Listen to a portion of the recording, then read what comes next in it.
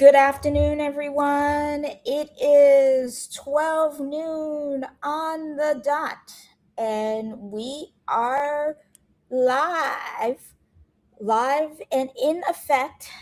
My name is Naita Green, and I am the CEO and founder of Disability Community for Democracy. Today, I just want to say this right now, even though we are live streaming on both um, on both YouTube and Substack. Just want to remind people we need to be respectful of others and stuff like that in the chat. Today is our Say No the Crip Crow virtual rally. We are celebrating Disability Pride Month and also standing on business, so we are not having to deal with attacks anymore from the current occupant and his co-conspirators. And I'm just gonna kick us off with opening us up with what who Disability Community for Democracy is and why it exists, and our and what and how you can get involved, and I'll talk about that at the end as well. um, And so I am, my name is Naita Green. I started Disability Community for Democracy after the 2024 election cycle because we were not being represented properly, as far as I was concerned, by both presidential candidates. I understand that one of the presidential candidates had a shorter window than the other, but still our issues were not being represented properly. And therefore, I wanted a place where people with disabilities could have a voice and push back and fight for liberal democracy, no matter who's in power at the state, federal, and local county levels of government, and wanted us to be represented in every facet of society. We make up approximately 30% in the United States of people with disabilities. We are the largest marginalized group with the least political power. And so we got very complacent, I believe, after the ADA and Olmstead got signed into law, and Olmstead was decided. And now, because we haven't really updated the ADA since 2008, and that was 18 years ago, the current occupant and his co-conspirators are attacking our right to exist in society. It is really frustrating that this is happening. And I am going to ask, if you are on Substack, please share the link on your page and hit those hearts, because we want people to see it. See this rally. This rally is going to go for at least until 3:15, 3:30 at the latest. And so I want everyone to understand we are not playing around anymore. We're not. We're gonna fight back, and we're gonna support candidates regardless of political party who support the codification of Olmstead into federal law by updating the Americans with Disabilities Act. We can no longer be afraid to update the Americans with Disabilities Act to codify our rights into law. We can't. We can't be afraid. We have to stand 10 toes down and say, not on our watch. The other thing I do want to say before I turn it over, and our first speaker isn't here yet. but I might let our second speaker go first if our first speaker doesn't pop on soon. Is I just want people to understand that that if they succeed to put people with disabilities into the most restrictive environments, if we allow states and territories, county governments and local governments to do that through imprisonment, classroom, like segregation in classroom back in the day, even though the IDA was the law on the books when I was in school, there was no enforcement mechanism, so it was not enforced equally. It was not enforced equally. I'm just going to stop there. And Olmstead gives it the ability to to um, to do that. So I I just want people to understand that we are standing on business and we are going to keep fighting back. And so with that, I am going to turn the floor over because I do not see our first speaker, to Jackie Duda, and I'm going to bring her on. And hi, Jackie. Hey, Naida, how you doing? All right, I'm going to turn the floor over to you, and then I'm going to just hide my camera for now.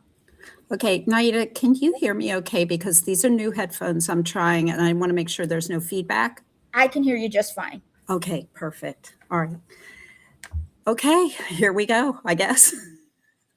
Thank you, Naida. You give me always a huge act to follow. And, I met Naida shortly after the current administration had taken over office, and being quite concerned myself about what was going on and some of the things that Naida has mentioned, things specifically in our disability community. My name is Jackie Duda. I live in Frederick, Maryland. I'm a journalist, a vlogger, a patient advocate, and podcaster, and I spend quite a bit of time on Capitol Hill myself, advocating for sepsis legislation, blood culture contamination improvements, and also antimicrobial resistance issues within our healthcare system. I've been disabled since 2012. I'm a member, was a member. I'm on hiatus right now because of a spine surgery I had done at Johns Hopkins in May, but a member of our Frederick County Commission on Disabilities. That's our local commission here in Frederick, and a co-moderator of the Invisible Disabilities After Sepsis group. It's a peer support group that runs once a month through the Sepsis Alliance. I'm also on the advisory board for Sepsis Alliance. And when Naida asked me to speak and give a few remarks here, first of all, I was quite honored. Thank you, Naida. You are wonderful.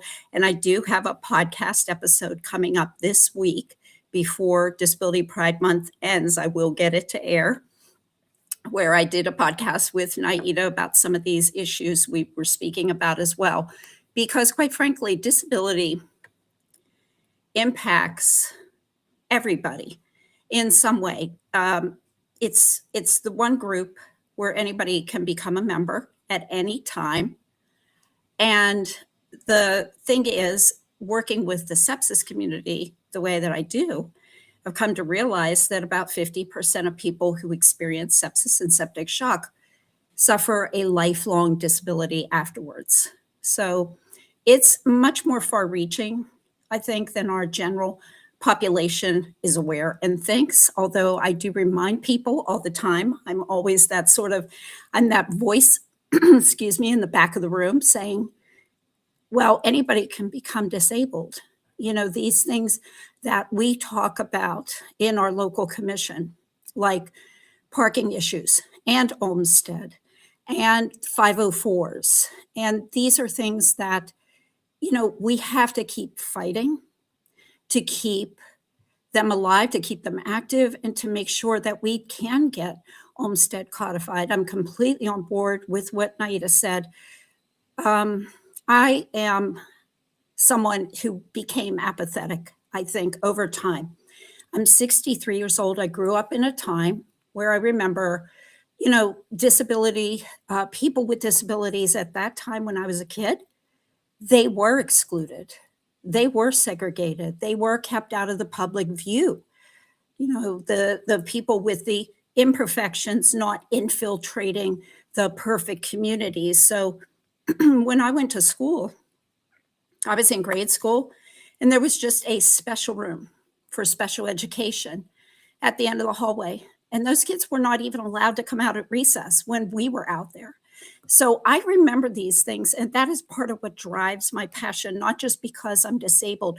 It was always a concern for me in the 90s. I was a school teacher here in Montgomery County, and I had special education students in my classes. By now, in the 90s, they were integrated into the classroom and the least restrictive environment. And that's really what we're talking about here too, with the way that people with disabilities can live, not being warehoused in a place that's away from everybody, again, out of sight and out of mind, but being within society. Because I saw that my own students needed the autonomy and the agency to make their own choices. And the ones who had the most support within their communities, within the school system, within their parents and their families, those were the kids who tended to do best. And the same thing goes for adults. Adults are no different. If they are given the agency and the autonomy to stay at home and receive their treatments, receive their care within the community, and to, not have to be away from family, friends, and their support systems, then that's also where we're going to have a more successful society. Now, I've gotten very discouraged and depressed, like probably a lot of us over the last year and a half, because it seems like a constant attack on people with disabilities every time you turn around. And where my apathy began, I think, was back in those 90s, back in seeing where, as a teacher, that kids actually had supports in contrast to the way it was when I grew up. Kids with disabilities had supports at every tool that we could give them to be successful. I grew apathetic. This will never go away. It's only going to get better from here, right? I never counted on this. As a teacher, I focus on teaching and learning myself.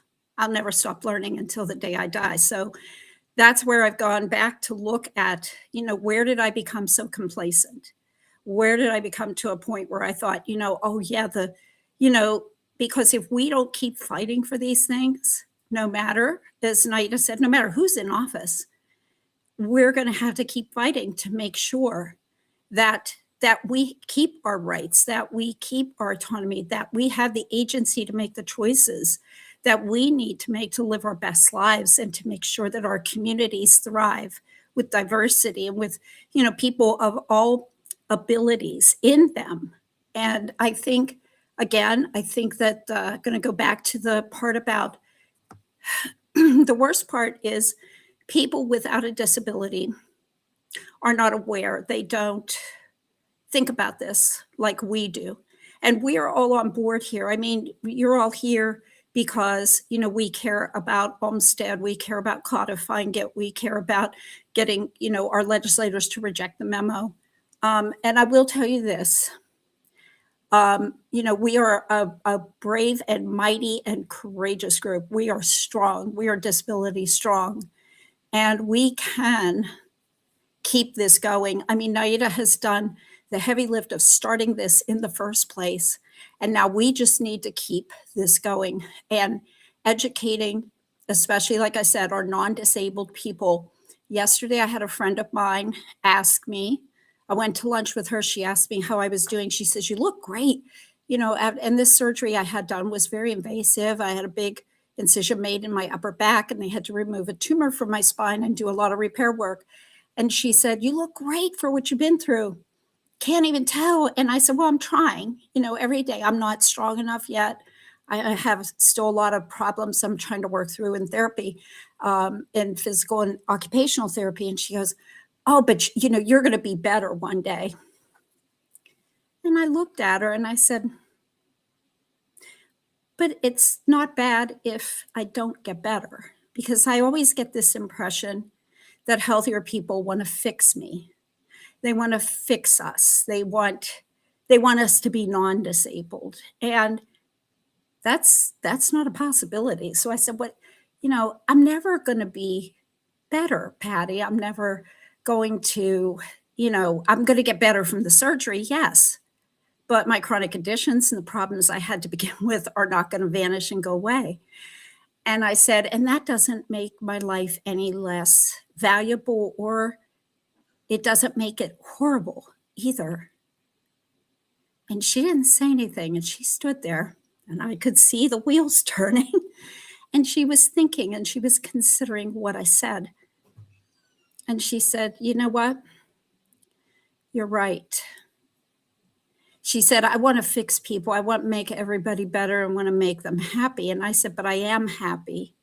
I said, the day after my surgery, when I felt like I was lying in a hospital bed on iron bars, I was in pain, but I was still happy. I said, I'm happy being me and being who I am, good, healthy, non-healthy, whatever.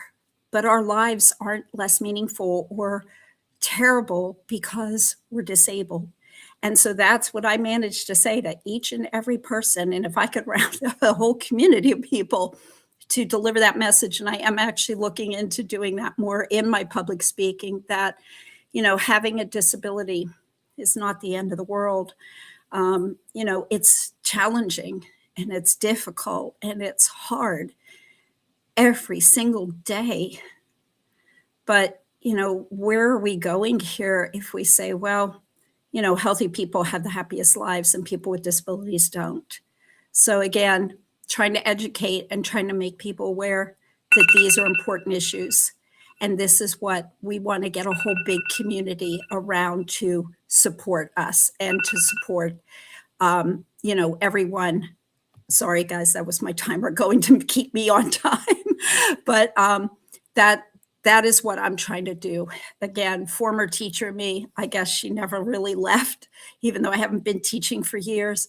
But I'm trying to keep the non-disabled community as informed as we are, because if we could get a whole legion of people to care about these issues, everybody to care and to understand that communities are so much more enriched when we're in them, when other people with disabilities can get their home care, can be with their families, can participate and thrive in a society.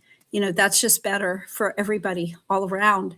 And so if any message I have been able to take away from Naida's amazing and brilliant work that she does on Substack and through these live streams and through these very critical and important rallies is that I have learned, I will never take a back seat again. I am never going to become apathetic again and just assume that things are going to keep getting better for people with disabilities, no matter who is in office. I will not become complacent anymore. I will keep watch. Apathy is my enemy from now on, and I am going to make sure that I stay involved within these communities. And I just want to end on this. Don't get discouraged with, I know Naida has a great transcript. She's asked us to make those calls, to send those emails to your representatives and your legislators. And having been on Capitol Hill, I can tell you that old adage, the squeaky wheel gets the grease, is true. They listen. The more and more the voices come in, the more and more our voices get louder. They can't ignore us, and we can get them to listen. So thank you, everybody, for hearing me out. Thank you, Naida, for having me here. You're beautiful. I love what you're doing. Before you log off, because I want to just ask you a couple of questions before you log off. I also serve on my city's disability commission. I am the secretary. And our last meeting, we didn't have quorum, but we had an informal meeting. And I said, these were my exact words: the federal government is no longer a partner in this space. Right. And we have a responsibility as appointed officials. We were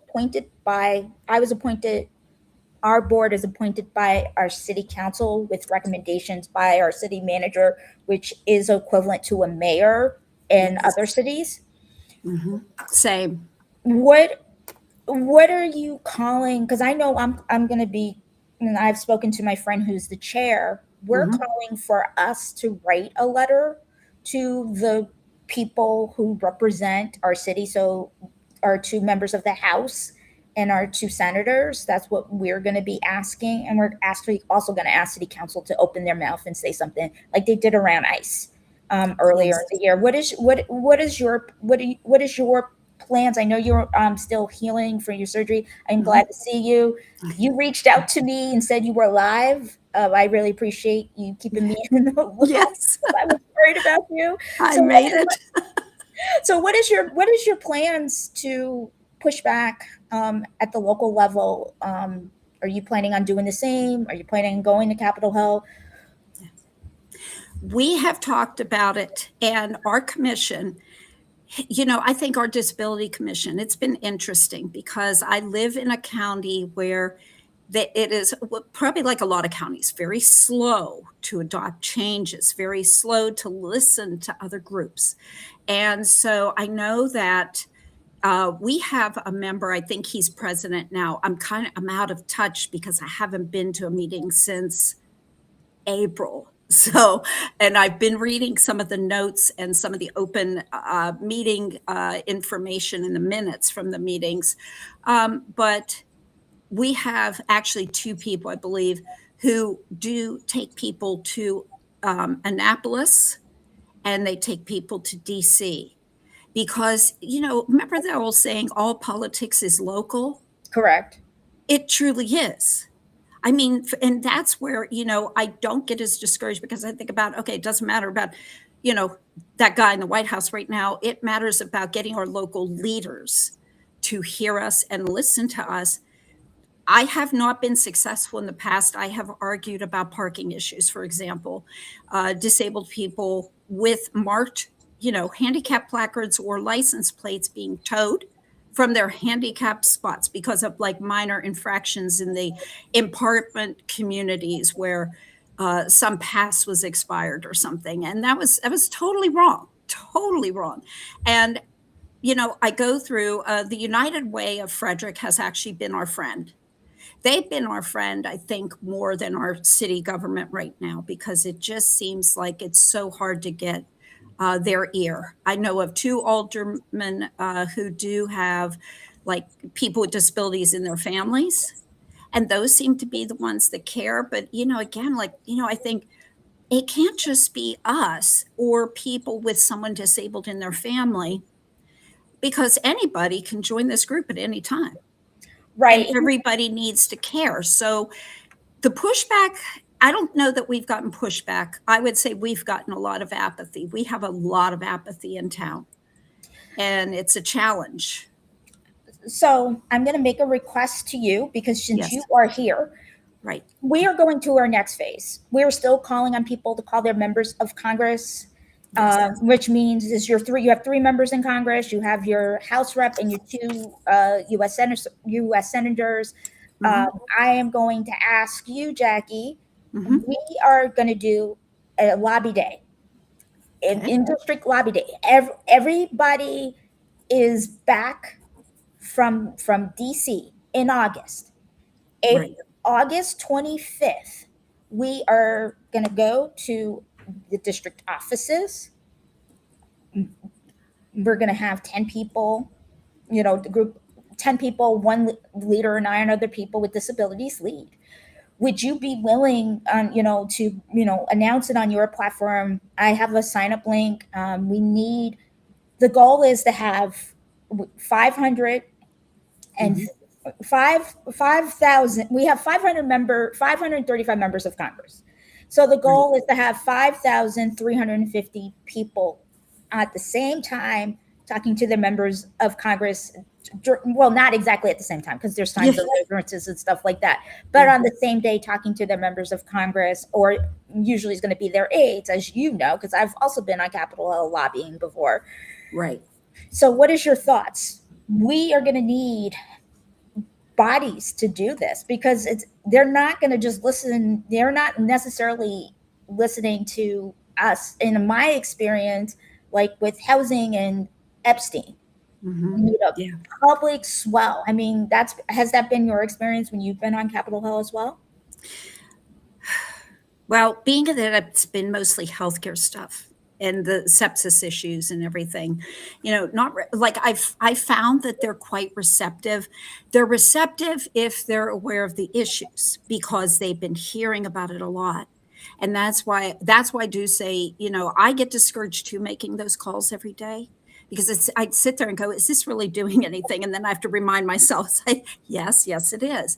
Because when you go into that office and you say, hi, I'm Miss So and so, Mr. So and so, or whatever. And I say, hey, I'm here to talk about sepsis, or I'm here to talk about Olmsted. If they've heard about it, they're very receptive. Like the staffers are very receptive. Yeah, and the close this out, Jackie. Yeah. I notice, because again, I've been doing this. I've been at this for almost 2 years now. Yeah. If you're also in local government or state government or county government, regardless if you're elected official, appointed official, you're considered an expert in this because Yeah. so this is the thing I am going to say, and I'm going to ask if you agree with this.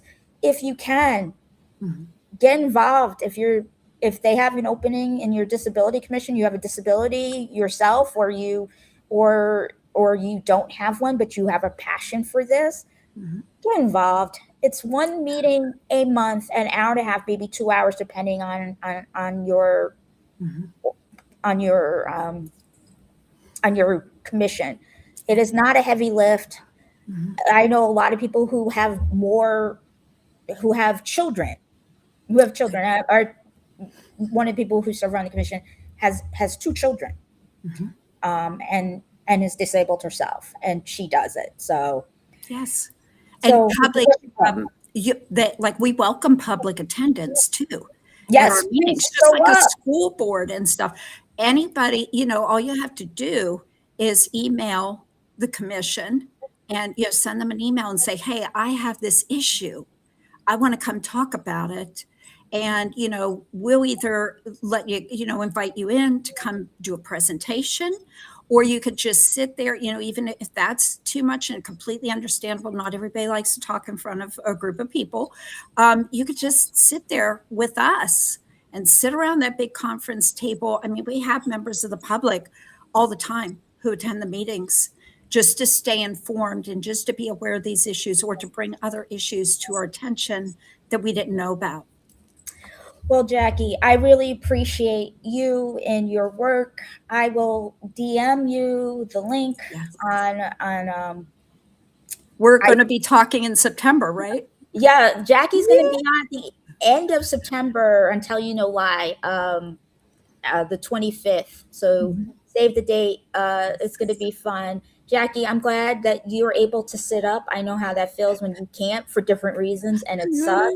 And yeah, I have it in my lower back. Yeah. You're the opposite end. Yeah. I'm the opposite end. Yeah, it sucks. So I'm gonna say, Jackie, thank you so much. I will DM you the sign up link, and I'll see you soon. Okay. I will see you soon too, and I will DM you the minute I get the podcast live. It will be this week, just in time, just before Disability Pride Month ends. Well, I appreciate you inviting me on and doing the interview. Thank you so much, Jackie, and thank you for your friendship as well. Thank you. Same, Nida. Thank you so much. Thanks. So I'm going to introduce Nico. Nico, do you want to come out? You can turn on your camera, or if you can't, let me do that for you. Hi, Nico. How are you? Hi. So, I'm well, Nada. How are you? I'm gonna do a quick intro. I'm sorry, I'm a little behind already. As you know, I serve on my city's disability commission. I'm the secretary, which is the Yes. co-chair position. You serve on yours as well, and I'm super excited that you are here. Nico's I'm going to just say, you're a Thank badass. you. You are a Thank badass. you. Everyone knows who you are in Philadelphia. You are very active throughout, not only in Philly, but throughout the state. And so hopefully, I'm going to just say this, hopefully we can get together, and we can definitely talk after the rally, because We need every single disability commission, this is just my personal opinion, to be writing letters to members of Congress saying that they need to codify. But I'm going to give you the floor. Go ahead, Nico. Thank you so much for taking some time out on your Saturday. I know it's beautiful because it's beautiful where I'm at, so I know it's beautiful down by you. Thank you so much. Can you hear me? I can. Fantastic. Naida, thank you. Thank you for building this, and thank you for building it accessibly from that very first pixel, the way, frankly, everything should have been built all along. And thank you also for a term that you've coined that named this moment before the rest of us really had the words for it. And we'll get to that phrase afterwards. To everybody tuning in this morning or this afternoon, depending upon where you are, or whether you're tuning in just to the fight in whatever chair or bed or corner of the country that you join us from, it's an honor to stand with you. Even if technically some of us are sitting and one of us is running on a wheelchair battery that would really like to be recharged right about now. My name is Nico Meyering. I chair the Philadelphia Mayor's Commission on People with Disabilities. But to be honest with you, I'm not here tonight because of a title. I'm here because of a machine. Every night of my life, I fall asleep attached to a ventilator, a BiPAP machine. I was born this way. My body, for all of its incalculable charms, forgets to breathe when I'm asleep. So a machine remembers for me. It is, and I mean this sincerely, one of the most important relationships in my life that does not involve another human being. So here's the thing about that machine. It works in my bedroom. It works in my home. Just 2 blocks off a bus line that I take every day and complain about every day. The fact that I get to sleep in my own bed, next to the woman that I love, breathing on my own terms, is not lucky. That's not charity. That is the law, right? And as you all know, today, this year, that law is under attack. So to recap for you in plain words, 27 years ago, in a decision called Olmstead, our Supreme Court said something almost radical in its decency and logic, that locking disabled people like you and me away from the world, in effect segregating us, isolating us, warehousing us, is plain and simple discrimination. Our place is in community, as independent as possible, whatever independence looks like for you and me. At the kitchen table, on the block in our neighborhood, in the mix somehow, which is weird for me to say as an introvert. But I love being in community. I love being out there with all of you. I hate, and it's not right that we get stored somewhere out of sight until we become convenient, right? That decision is the whole reason a generation of us built lives instead of case files. So you can imagine how just last month, 4 days shy of Olmsted's anniversary, the Department of Justice issued that memo that said essentially, never mind, states don't actually have to serve disabled people in the community. And then after that, they went further, looking at their own longstanding guidance and stamping it with two of the coldest words in the English language: not enforceable. Not repealed, not debated, not argued in the open, in the light where the rest of us could see it, just like quietly declared optional. Disgusting, right? In a font nobody's supposed to read. Now, I promised Nada I'd bring a little bit of joy. So let me point out the part that would be funny if it weren't so dangerous. The guidance that the federal administration called not enforceable, well, the first Trump administration updated it in 2020. So they wrote it, they signed it, and now 6 years later, they're squinting at their own handwriting, going, who is this? Never heard of them. It's, folks, it's the legal equivalent of a referee reviewing the replay, pointing at the rule book, and then setting that rule book on fire. In in Formula One, right, or in any race car series, when it gets dangerous out there on the track, officials will throw a red flag and everybody slows down to keep people alive. What this DOJ just did is throw a red flag on 27 years of human progress and disability rights to try and convince us it's a safety measure. I should pause here and give a visual description of myself because this ties into what I'm speaking to you all about. I'm a blonde haired man wearing spectacles and a headset, and my shirt says Rev Up, Vote, Use Your Power. It's a shirt from Rev Up Philadelphia, a local voting rights organization. Reporting suggests that this memo that the Department of Justice just put out has a particular architect's fingerprints on it. The kind of person who looks at a disabled human being living a life, living a full life in their own neighborhood and sees a problem to be solved. I want us to be clear eyed about that. You don't reach for the machinery of segregation by accident.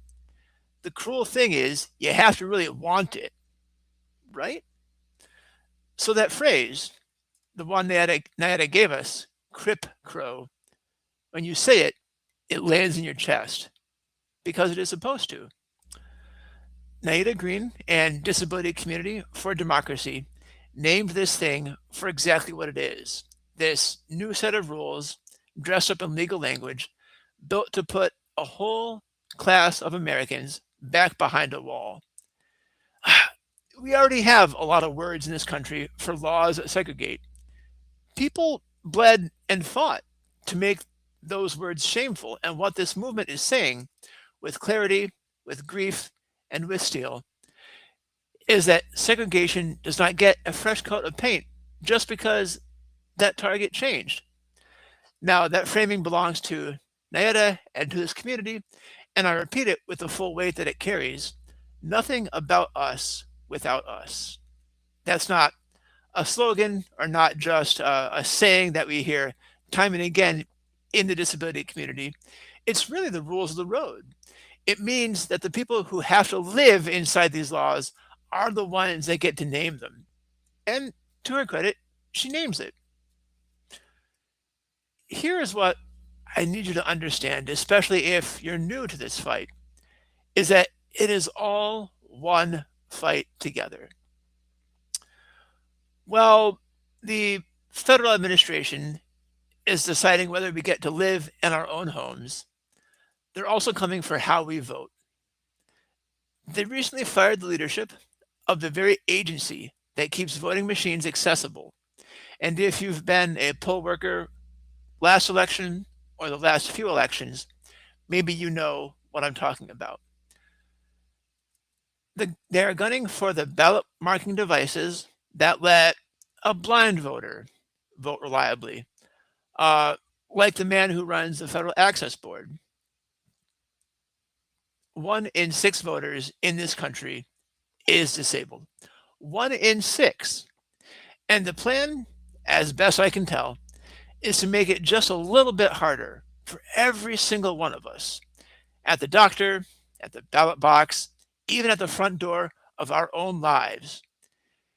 And the federal administration is hoping that if they do that, not all of us, but a few of us will give up and go home and be quiet. And folks, we can't let that happen. We can't let that happen for me, who is disabled. We can't let that happen for my friends and family, even my wife, who is chronically ill. The care that keeps my chronically ill friends and family going happens at home because home is where we deserve to live, not merely exist. If you strip away the mandate that makes home-based care a right, and you haven't saved a single dollar, and you haven't saved a single soul, you've simply decided which families get to stay whole. And when you make those decisions, you make it clear what your values are. which means that this administration will make clear yet again how ableist they really are. So hear me on this. The attacks on democracy and the attacks on disability rights, those aren't two stories, right? I know that, you know that, and Naida knows that. They're the same story. They're the same fight. They're the same page in the same book because a government that decides some people don't need to live in the community is the same government that decides some people don't need to be counted. It's the same skewed instinct, it's they always were. Now, folks will say this is about money, right? That there's not enough money or time to introduce accessibility or accommodations. It never is, of course, but that's what they'll tell you. Call that bluff because the numbers aren't even on their side. Keeping a disabled person locked in an institution costs more than supporting that same person at home or supporting them at the ballot box. Community care is cheaper. The right move is cheaper. Justice is cheaper. It's more humane. It's more efficient. Every serious study for 40 years, longer than I've been alive, has said so. So when someone chooses the option that is both more expensive and more cruel, right, that tells you it was never really about the budget or about efficiency. It's about who they think counts and who they think deserves personhood. It was about who they would simply rather not see. Here in Pennsylvania, some of you might know Willowbrook or other names of places that had been residential institutional residential institutional facilities that had been closed in recent memory. We closed those places because society looked at what happens when you warehouse human beings and we're ashamed. It is a permission slip to forget that shame. And we're here together today to say we remember that shame. We remember being locked away, and we are not going back. But I didn't come here only to name darkness or just to commiserate with you. And Nayada didn't build this movement to mourn. She built this movement to organize. Here is what the current occupant in the White House and his friends did not count on. They assumed, and still assume, that we were dealing with a community that would go quietly. Well, they picked the wrong community. They picked the community that invented the phrase, nothing about us without us. They picked the same community that chained wheelchairs to buses in Colorado in the late 70s and early 80s. And they picked the community that crawled up the Capitol steps to make this country keep its promises. We are, right now, living through what Nayada calls a disability renaissance. And you do not get to schedule a renaissance around the convenience of people trying to end it. So that's the work. It is specific and it fits in the palm of your hand. We are going to make Congress do the thing the court did 27 years ago, to put Olmstead further into law so that no memo, no administration, no cold, cruel, small footnote written by cold, cruel, small men can ever again make our freedom optional. If you want to help right now, call the Capitol switchboard at 202-224-3121. We all have at least one representative. We all have 2 senators. Tell them your name. Tell them you're watching. It takes 3 minutes, which is less time than it took to write a memo pretending we don't exist. Talk to me, talk to Nada, talk to this team about what comes next, because there's a lot of it, and bring someone new next time. Bring the person who thinks that none of this touches them, and remind them gently that it does. I keep coming back to the breathing machine that helps me live when I sleep. It only works because somebody, decades ago, decided that somebody like me belongs out here, in his own bed, in the city, in life. Someone I'll never meet built a law so I could build a marriage, a career, a tooth and argument about what public transit in Philly serves us best. So when the federal administration tries to take it back, let's answer them, not with despair, but with the loudest, most joyful, and most stubborn no this country has ever heard. Say no to Crip Crow. Not in our city, not in our name, and not in our country. Naida, thank you for the microphone, and thank you for the movement. Philly's with you, I'm with you, and nothing about us without us. Thanks. Thank you, Nico. And I will definitely reach out. I am going to also send you the sign up link for our lobby day, because I think it's super important that we show up while they're home in district, to understand that we are not playing. And I'm going to say this in Ebonics or African American vernacular: closed mouths don't get fed. And they wrote a check that they did not think we would cash. And this is a Gen X thing. FAFO. They're messing around, and they're now gonna find out. And so they got the wrong ones, especially us younger Gen Xers like myself, who were like, we're not going back. Nope, no, thank you. Nico, I'll see you soon. I'll reach out to you. And thank you so much for your hard work, locally and statewide too. Thank you so much. Bye, everyone. Bye, Naida. Bye. So I'm gonna bring on. Oh my God. Okay, I'm gonna cry, because I'm gonna try not to cry. So I'm going to bring on my friend Victoria Kirby York. She is the director of the National Black Justice Collective, and they are our partners. I know Victoria is here in her personal capacity today, but we are also they're also partnering with us, giving us guidance on the Say No to Crip Crow campaign.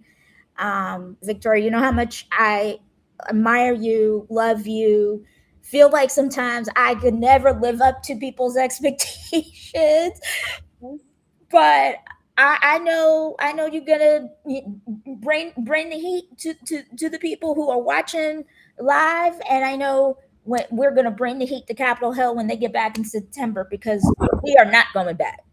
I'm gonna turn off my camera, and the floor is now yours.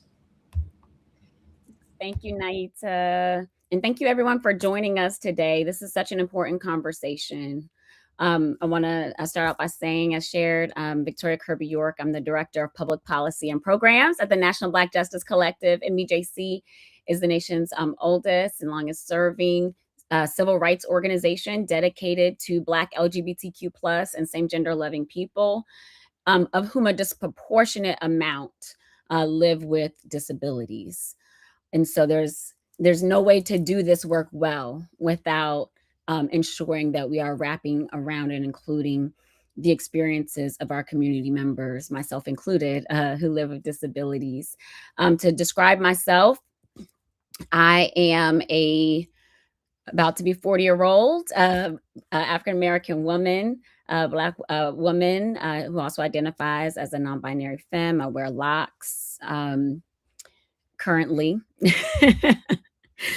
I have a scarf on, a blue scarf, and a black lapel jacket on. I was at a conference this week, and one of the icebreaker questions was, what would you tell your 12-year-old self? And everyone had these like really positive answers to the question. And I somehow ended up being the last person to speak. And you'll understand why I was nervous about that in a moment. But my answer was to tell my 12-year-old self that I'm not alone. And that was because for a lot longer than I'm proud of sharing, the fact that I lived with depression from a very young age was my like dark secret. And the reason it was my dark secret, not being queer, like once I realized I was gay, I was like, oh, lesbian, L-team all the way. That was never a challenge for me. But things around my health early on were. And a big factor for that that I realized in saying this out loud a couple days ago was my fear of the Baker Act. For folks who are from Florida, and I saw there's someone from Ocala on earlier, the Baker Act is the state law that allows people to be involuntarily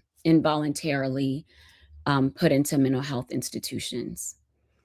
And I was even talking about it right now, right? And I'm fully in charge of my own agency. Scared the hell out of me, right? So I didn't want my parents to know. I didn't want my sister to know. I didn't want my loved ones to know. I prefer them to think I was in my room, sleep, or just like focused in on books because I was a big bookworm. But in reality, I was fighting, myself.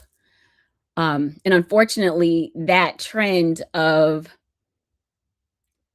as I gained other disabilities and chronic illnesses throughout my life, that sense of shame mixed with fear was something that I've had to continue to box myself out of, right? Especially as I realized, oh, you're falling back into that, right? So whether it was discovering that I had narcolepsy or later fibromyalgia, dealing with long COVID, all these dysautonomia, all these different things that I have to balance. It's a part of who I am, right? Is something that for a while, I would say moved from being my secret to just being the thing that I felt I had to manage, right? And not celebrate. And so I was excited to be a part of this, especially because it was Disability Pride Month. And my remarks, while initially was set to focus heavily on statistics around the Black LGBTQ plus community and why it's important to our fight, and while that is still true, and I want you all to not forget that our community must be a part of all of these battles, because we're all a part of our the battles are interconnected, intertwined, and live within us, right? As a person who is Black, who is queer, who is a mother, who is disabled, all these things live simultaneously within me. But the message that I want to share, and the first speaker touched on this a little bit too, is that in championing and talking about disability pride, a connecting point to that's necessary for our advocacy and our organizing is to help people to get to a place of knowing that they are, and you are, I'm talking directly because I know there's someone on here who needs to hear this message, that you are worthy of the fight. At NBJC, we talk about owning your power, owning our power. It's a big part of the work that we do. And a part of owning our power is owning our narrative, owning our story, owning who we are, right? And there's so many people who have disabilities who don't identify as a part of the disability community. And if you have been waiting for that moment to be brought in and to be a part of this fight and be a part of this movement, this is your formal invitation. We need you in this fight and in this struggle. Because much like abortion rights, much like rights for the trans community, much like a whole host of these rights that we are fighting against this administration with, we have them today, and tomorrow we wake up, they're not there. So the future isn't when we need you to join us. The future is today. It's now. Whether you are a person who wears glasses, yep, you're disabled. The glasses may help you, it's a medical equipment that helps us to see, right? But yeah, join in the fight. You're a part of this, right? If you are living with HIV, yes, you are part of this fight. Join us, right? If you are someone who's been dealing with long COVID, yes, you are a part of this fight, right? We need you. If you are like me and you have loved ones who are also disabled, yes, you are a part of this fight. We need you, because as was shared, you never know when it is going to be you who needs the very same things that we're fighting for today. Don't wait till you're in dire straits to join this movement. We are, and you are worth it. The battle is ripe is ripe and ready for all of us, whether that's calling your member of Congress, as has been discussed, whether it's joining August recess activities while your members are back home in their districts, showing up at town halls, convenings that they're holding. Sometimes they'll have breakfast with your congressperson or teletown halls. We need to flood these spaces. And even if the topic at hand isn't about Crip Crow, isn't it about disability justice, every space and opportunity you have to speak truth to power, we must take it. Ask the question, call the question, and then also bring those state lawmakers in it too. Because part of this Olmstead memo is saying, hey, you know, federal government, we're trying to say that you don't have to do a thing. Well, now is a great time for states to step up, to move up, to unite, and to say strongly, you know, as much as they can in all four formats possible, that there needs to be no memo. Because in the state that they govern over, those states are going to do right by our people and ensure that there is no forced institutionalization, and that states will continue to fund and support people being able to receive the care that we deserve at home or in community or other spaces that will better help us to be able to live our best lives. I see Naita has come up on the screen.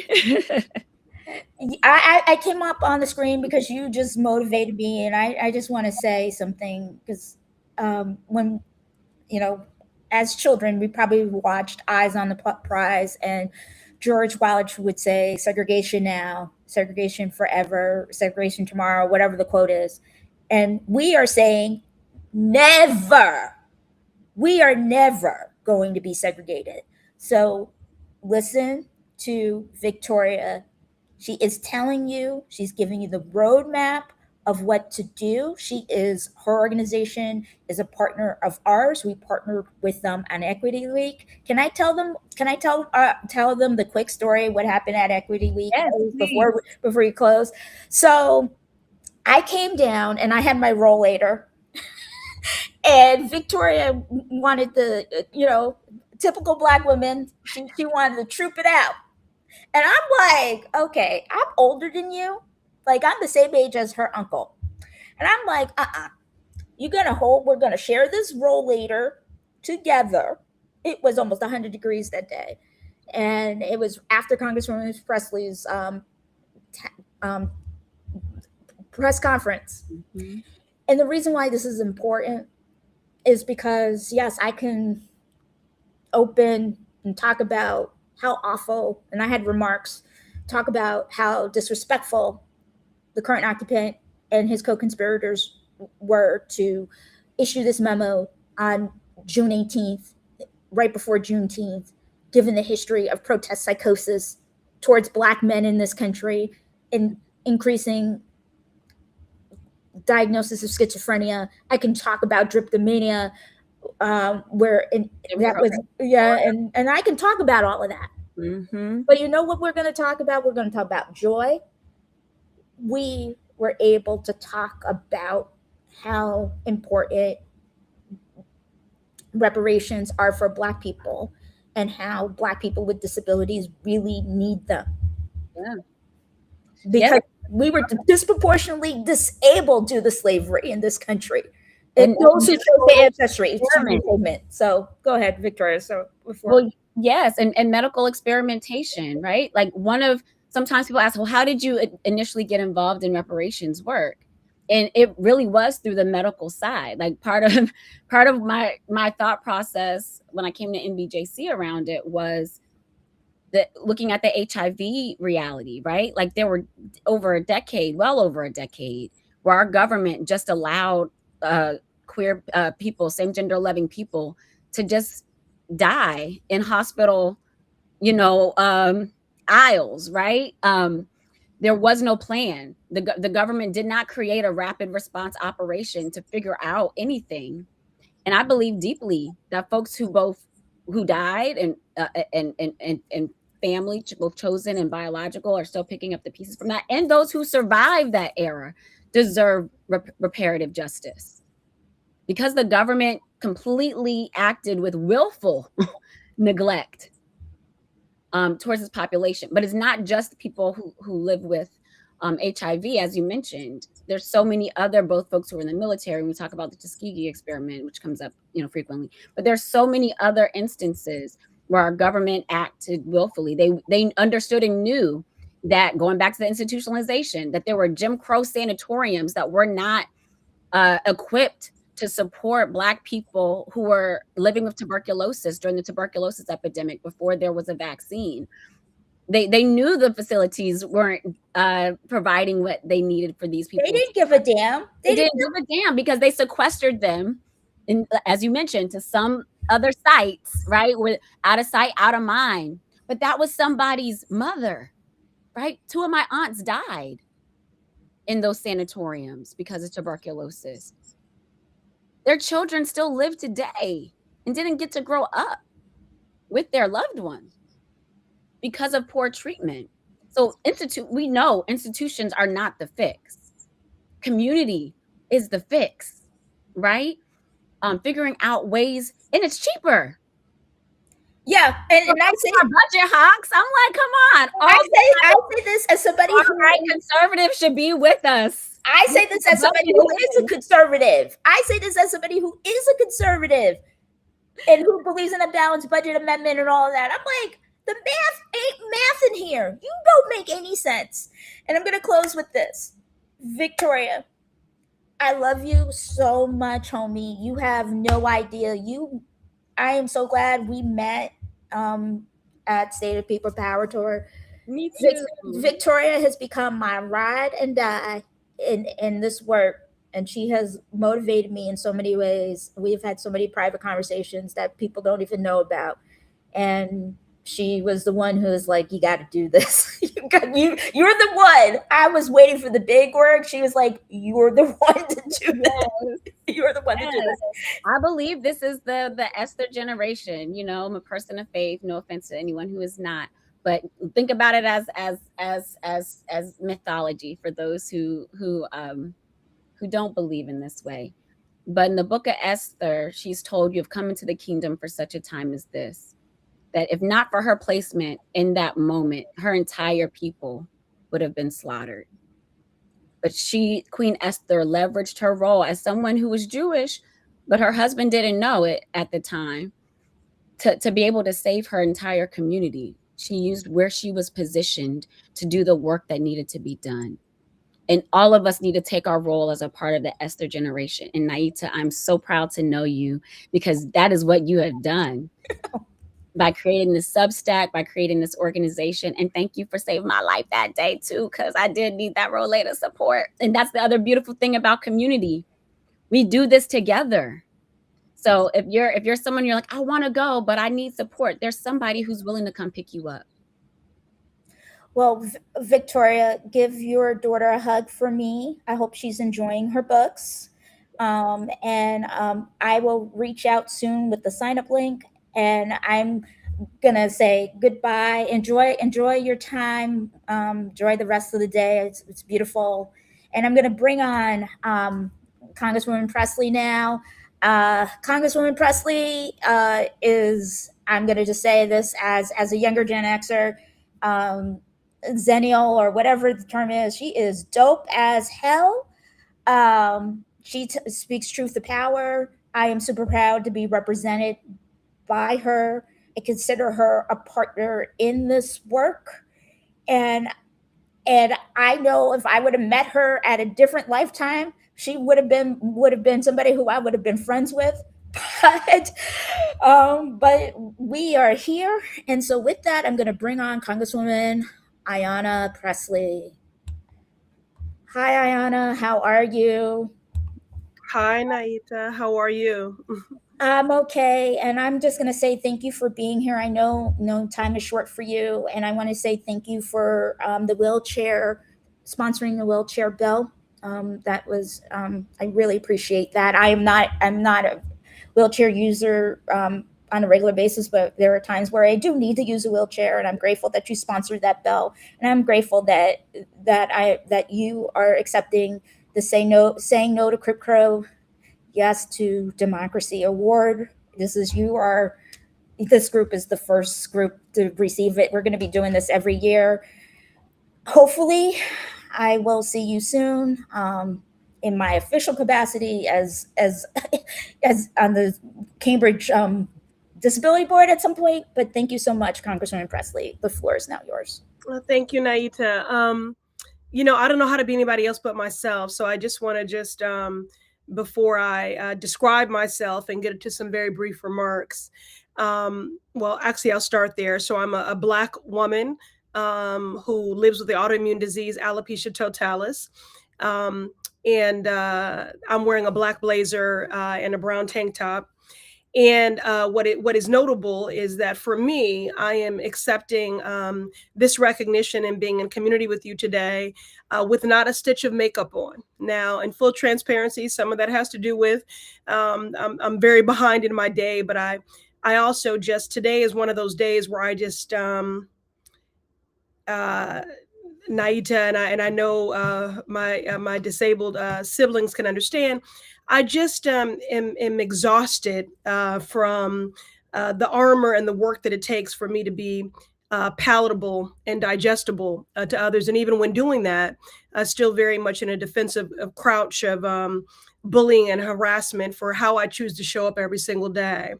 And so I thought, if there was any place that I could show up without adornment, that this was the place. So this is the very first time that I have joined in virtual community, in this way, because I think there was a time when I thought I could inoculate myself from the attacks, from the weaponization of my disability by being more visually palatable.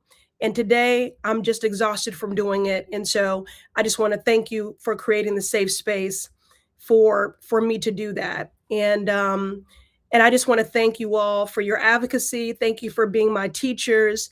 Thank you for all the ways in which you show up fully, authentically, and unapologetically in your various identities, because that's the whole point of disability justice, is to recognize the intersectionality of our identities, how we live our lives, and also the work of ableism, the work of racism, the work of sexism, of homophobia, of anti-Semitism, of Islamophobia, of anti-Blackness. The fact of the matter is that all the people who mean us harm are working together. And that is why all of us who are being harmed must work together.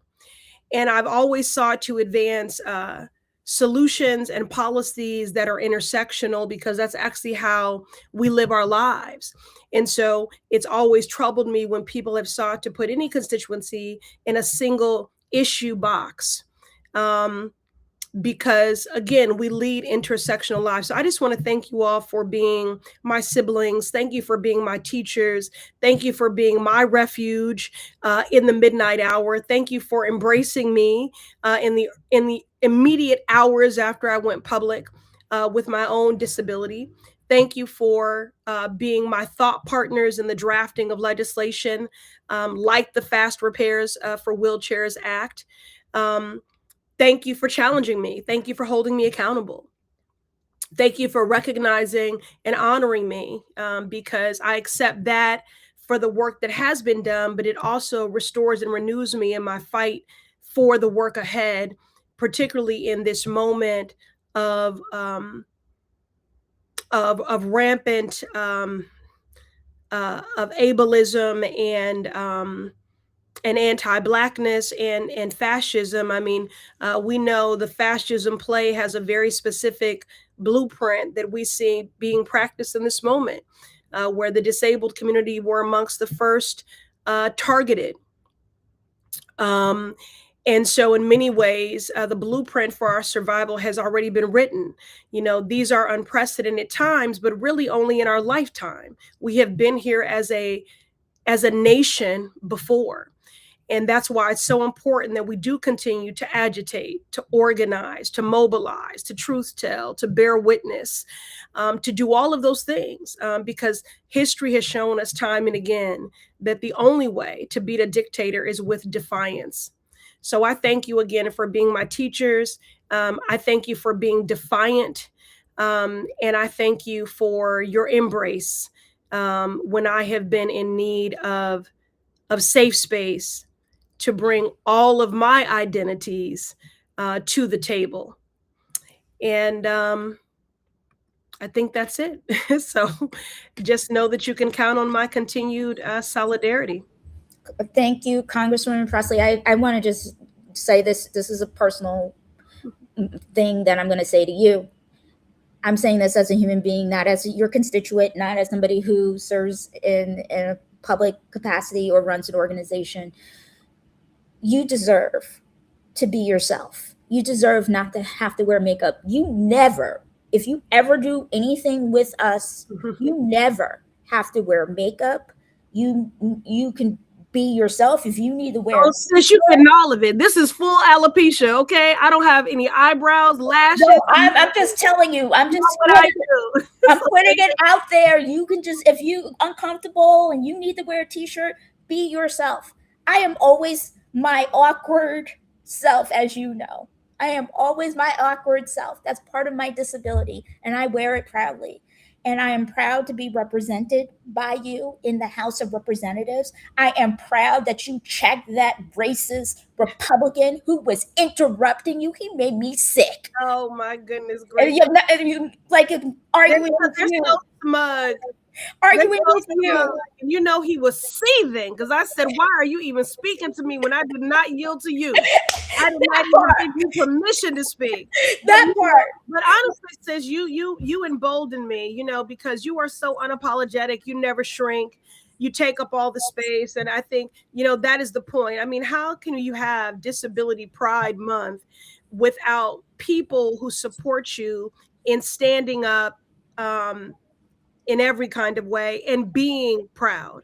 You know, you make it easier for me to be proud, to not shrink. And I do think each of us is here not just to occupy space, but to create it. And you certainly do that. So I just want to commend you. You know, people are working actively to erase our history. And I do believe that is because it's actionable. It is instructive.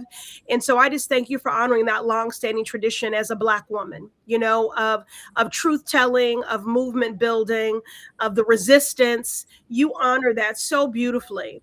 And you embolden all of us to be that much more firm in our resolve. And that's exactly why I did feel I could come to this virtual table today and do something I've never done before, though it is completely freaking me out to see my image reflected back, because this is something typically only my husband and my daughter would see me. And so I just love you so much, more than you even know, and that words could adequately convey. You've done a very, very big thing for me in this moment, and so many before. Thank you. Thank you. And enjoy the rest of your day. You will be hearing from me about codification of Olmstead and updating the ADA. I know you have all the materials. I know your colleagues on the Democratic side are fighting to try to get information. We cannot wait. We waited with Rome. We saw what happened. The right to privacy was taken away by this Supreme Court. We cannot wait. Public pressure. And you were part of this with the Epstein files. You don't get enough credit for that. It was you talking about your own experience with the Epstein files. You need to keep talking about your own experience with disability. And I am always here. And we have some of the same friends in common in the district. If you need to talk to me, I'm here. You have my number. Your staff has my number. And I would say you're exactly right, because the legislation that we have on the federal level, because I co-chair the Reproductive Freedom Caucus, the legislation that we have since 2013, Congresswoman Judy Chu had been reintroducing this bill to codify Roe at the federal level. You know, women were always the canaries in the coal mine because we knew a day like that would come. And so what you're saying is so smart. I do believe we're going to do the work and have a Democratic majority. When you have the power, you have to use it. And, you know, and so thank you for that. Thank you. And you will be hearing from me soon. I know your staff probably is like, Naita again. I love your staff. And hopefully I get to see you when you're back. I know you're back home now, but Well, you call them enough so that nobody mispronounces your name anymore. So they all say it right now. say my name, say my name. Yeah, we got it, sis. Yes. And you know what? I will tell you this. Don't be hard on yourself. I had to rest yesterday. Was talking to one of your staff, and I was like in bed resting because I had a live stream last night for our media side that I do. I have to, and so do you. We rest. Rest is resistance. I know people say that, but rest is not just resistance. It's actually necessary. Can we just get back to rest is necessary? Yeah. You deserve to rest. So enjoy the rest of your day. I know your staff is probably saying, Naita, please be quiet. In their head, they would never say it to me. No, they just know I could just do this with you all day. So they're like, okay, now is she doing this no makeup thing for the whole day? Because if she needs time to get ready before we pick her up, she gonna have to go. So I know what's going on their end. So I will have to transition because I have some events in community. And but you are exactly right.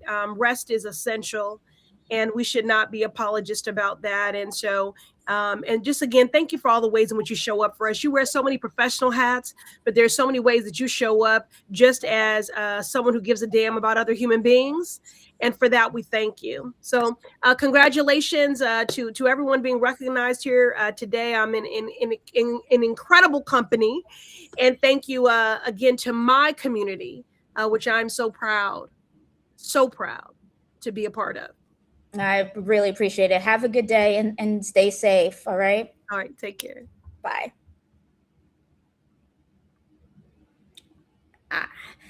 So with that, I just want to announce that Congresswoman Latifah Simon, could not be here today.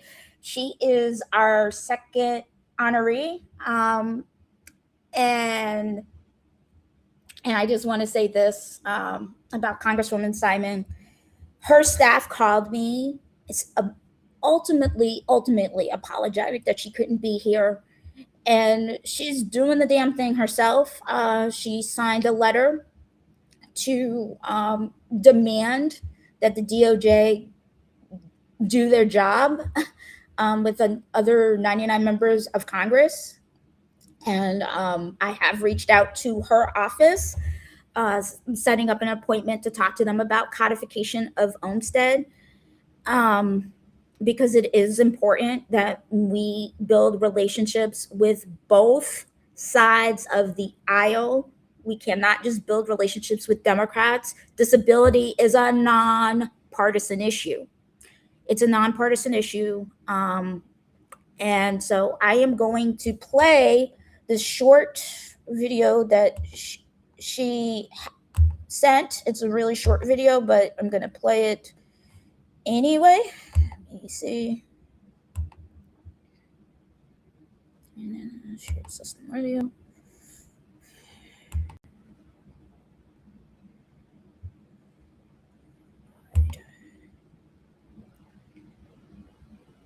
This is the video for Congresswoman Simon. This is Congresswoman Latifah Simon, representing California's 12th District. I'm so sorry that I cannot be with you all tonight, but I gotta tell you how excited I am that the disability community is coming together really like never before in a time where the administration is trying to bend over backwards to take over really the conversation and to push back on the rights that we have won over the past few decades. Well, we know we're not going back. And I'm so honored to accept this award tonight as part of the disability justice community, knowing that each and every one of us has a critical role to play. We will get there. Justice is ours. And I'm glad that she kept that video short. I don't know what's happening. Because I like what she said at the end, justice is ours. Justice is ours. We are on the right side of history. We are not on the wrong side. We are on the right side of history.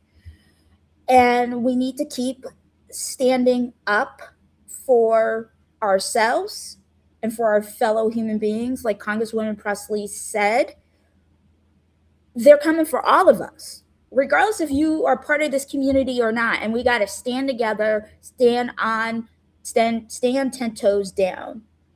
And as my mother would say, you choose the action, you choose the consequence. So if you choose to stay quiet and they take you away, you can't blame the government because you didn't participate, right? You didn't participate. You have to participate in the process. They are not going to care about how many spoons you have, how much money you have, what you don't have. They got to see you. They got to see you. Your members of Congress, which is your House member and your senators, they need to see you. They need to see you. They need to know that this is not what you want. They need to know that we're segregation now, segregation forever, segregation tomorrow is a never proposition. It is a never proposition for our community. It's a never proposition for LGBTQ folks. It's a never proposition for Black people and brown people. It's a never proposition for every single community that exists in this country that is not white and male, presents as heterosexual and non-disabled. It's a no. It's a no-go. Whatever term you want to use. These people are so incompetent right now that it doesn't even make any sense how people can't, and I don't mean literally see, I mean people won't, because not everybody can see, but I mean, what I mean is how they can't feel what they're doing is wrong, morally and ethically and legally. And so I want to talk about a couple things while I have you, while we're waiting for the next person to come on.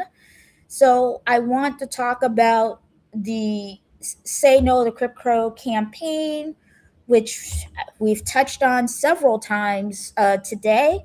Is we're asking people to call their members of Congress every single day.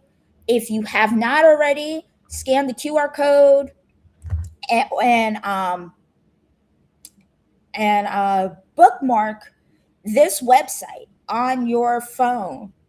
It's so you have on your phone or on your web browser. I'm also putting the link in the chat.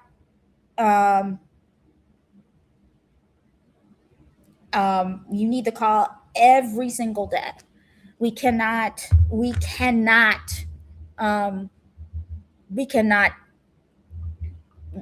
be silent. They need to hear from us. We are calling for codification of Olmstead. And I'm going to say this, when you call your members of Congress, it doesn't matter if they're Democrat or Republican either, because we're going to hear, oh, they're Republican, they're an asshat, they don't care. They work for you. They work for you. They work for you. You leave your messages on weekend hours. Call both. I'm going to say this right now. Call both your district office and the office in DC, because there's a lapse. The Senate's still in session according to the calendar, but the House isn't. So I do want to say that. But they will all be back in district in August, and once we know the official date, when the Senate goes on recess, we will be doing a pressure campaign to call their district offices, email and directly, and facts, if they take faxes every day, they need to understand that that you're not playing around anymore. That you want this codified. It is very, very hard to think that I am going to have to do the same things that my grandparents did when they were close to my age in the 1960s, fighting for civil rights. This isn't brand new. Congresswoman Presley's right. This isn't brand new. We had ugly laws before the Nazis did. They learned from us. They learned from us. And I think people forget that. They learned from us. Yeah, we're not doing T4. Yeah, we're not doing T4 eugenic activities in this country ever again, because we have already done that. We have already done that. We have already done that. We have done that. I'm going to say this. Willowbrook, they did experimentation on disabled children around tuberculosis. They wouldn't let parents check their children into Willowbrook unless they were going onto that unit. They lied. These people were horrible. And when parents found out, they sued. This is New York State, where I'm from, Staten Island. I grew up just in the northern suburbs in Westchester County, and I was a kid when Willowbrook closed. So this Willowbrook closing was in my lifetime. It was in my lifetime.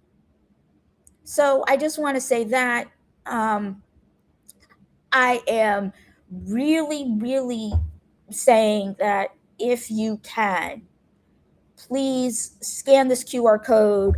I am going to put it in the chat again, the link to with the scripts. And at the bottom, beneath the scripts, if you want to stay up to date on the campaign and what we're doing, please sign up. We are not using this list to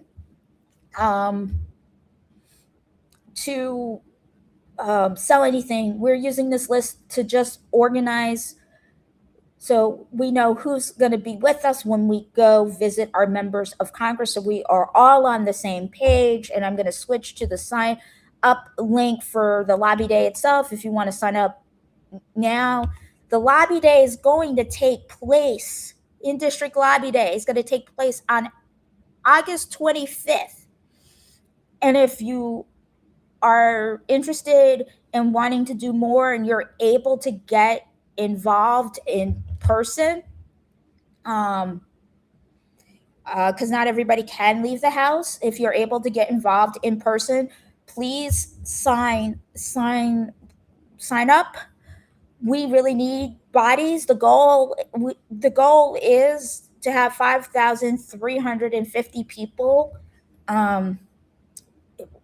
going in and out of district offices throughout the day, depending on obviously what time zone you're in. As a group, a small group's no larger than 10. That's 10 is the cap. That's where we're getting the 5,350, because there's 535 voting members of Congress. That does not include our delegates, our non-voting delegates in the House of Representatives, and there are 6 of those. You can talk to them, but they cannot vote on bills on the floor, but they can vote on stuff outside of the committee. And I do think it's important for people to do that. And I'm gonna say this, I understand there might be some people who are freaked out. Hey, I don't want to put my name on it. It's only gonna stay with us. And once it's done, we're not going to keep it. We're going to delete all information. We're not keeping it. We're just using it for this campaign. I know other people have had the experience of, oh, they signed up for this and and then their information was given to this campaigner. No, we don't do that. One is, I don't like it. I think is illegal. I feel like that should be against the law anyway. But two, I just think it's morally wrong. You just need to use it for what people are signing up for. So if you can, please scan the QR code. I'm going to put this in the chat one more time. The sign up link. Everyone's going to get this video afterwards as well. So the sign up link will be included in the Say No to Crip Crow in District Lobby Day.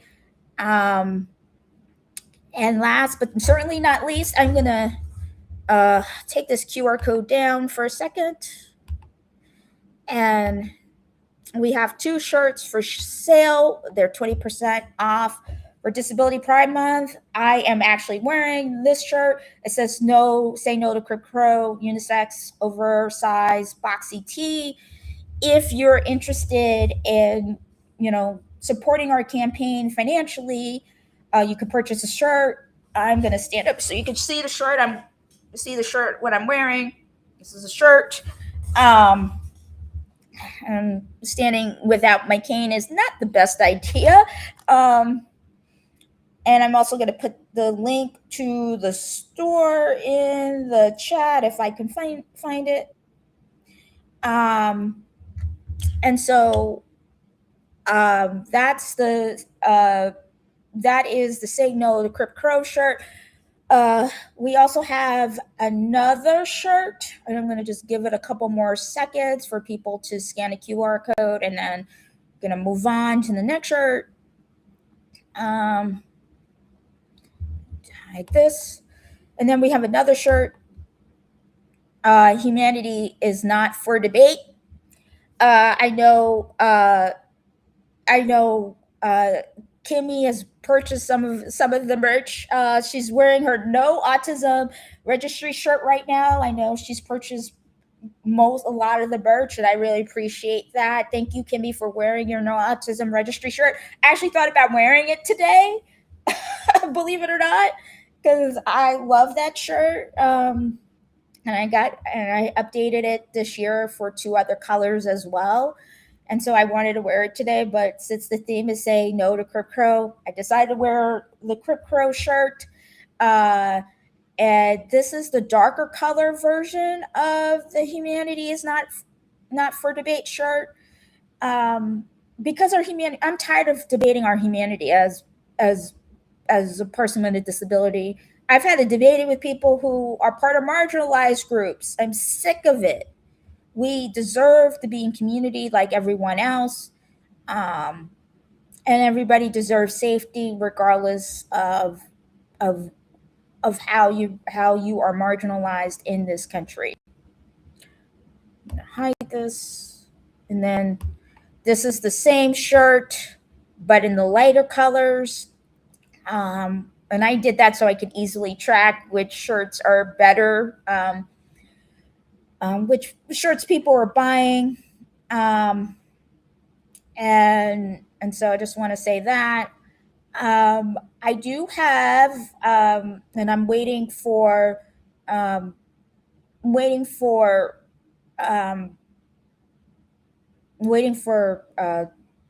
next award winner to come on. I am gonna bring on our legal and policy. She's not here. She stepped away for a second. But I was gonna bring her on if she was available. I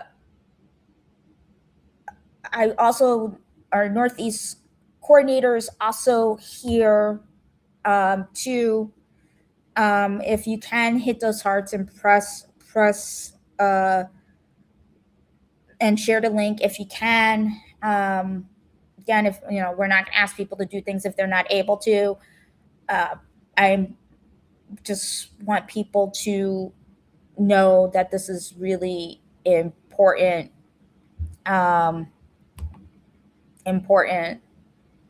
things happening here. Also, and I'm a little tired, because I'm not used to sitting up back to back this long. Because I did a live stream last night, so my back's starting to tense up. We have open positions with Disability Community for Democracy. Disability Community for Democracy is completely run by volunteers. I don't get paid to do this. I do this because I want to have freedom, right? Like everybody else. And so if you are not a paid subscriber to Nothing About Us Without Us, we are doing a sale, 30% off for annual subscribers. We're also looking for some people who want to be contributors to Nothing About Us Without Us. For the rest of the year, we have some open slots where people can tell their own stories if they want. You can DM me directly on Substack if you want more information about that. We are also, if you live in the South and you have an interest in legal and policy at the state, county, and local level and are willing to recruit volunteers to help you so we can know what's going on in that region of the country, we have regional coordinators for the Northeast, the Midwest, and the Western United States. We do not have one for the South. If you're interested in doing that, you just need to be a person with a disability. You do not, and I'm going to just make this very clear, you do not have to be a lawyer or have a master's in public administration or anything like that. You just have to have an interest in legal and policy for people with disabilities and a member of the community yourself. So I just want to say that. Another position, we have two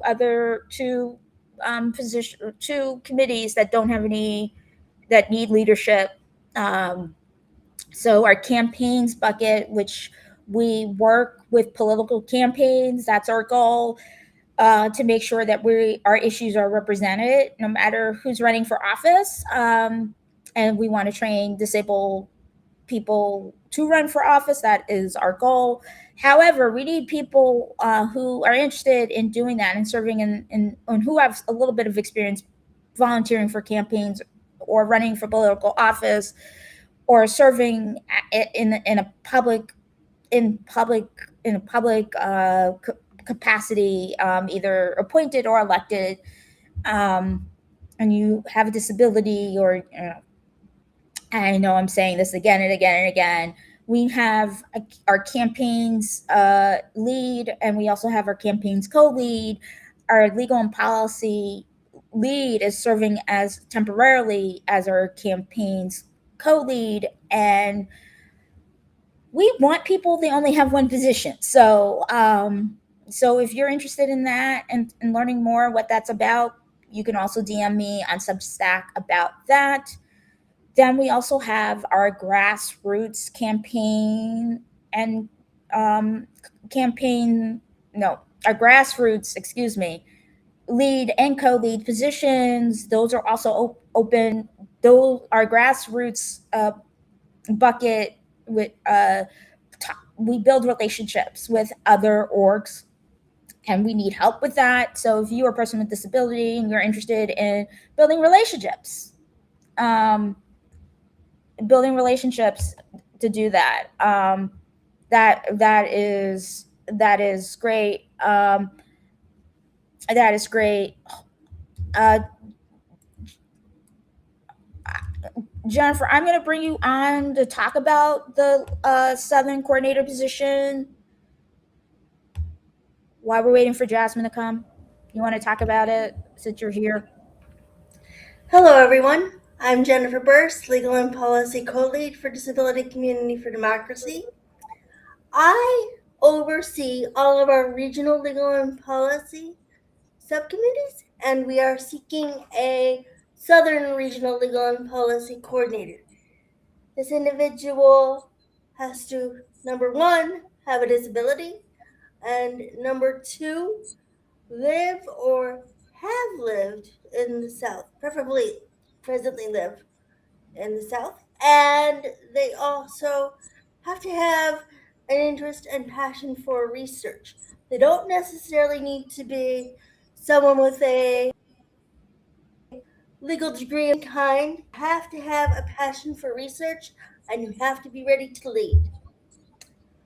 If you are interested in this position and fill any of these requirements, please feel free to email me at jennifer@disabilitycommunityfordemocracy.org. That's JENNIFER at disabilitycommunityfordemocracy.org.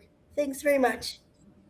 Thanks. I'm running your email at the bottom. Jennifer's going to speak later, so Jennifer, you can turn off your camera. I don't know Okay, thanks. I don't know where Jasmine Thomas is. I'm just waiting for her to come on. Hold on, hit mute. We're just gonna give it a couple more minutes.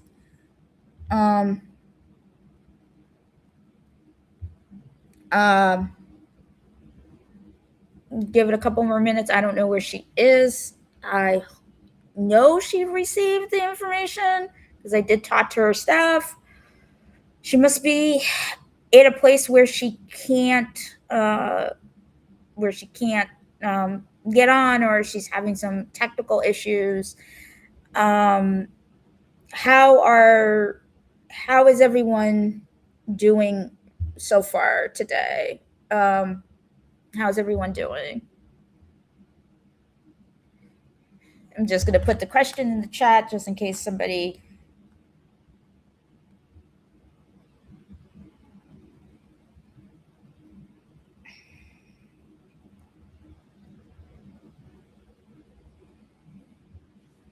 You're loving it? Okay. I see that. How about it's very motivating. Any of our other people who are paid subscribers want to chat and say how they're feeling?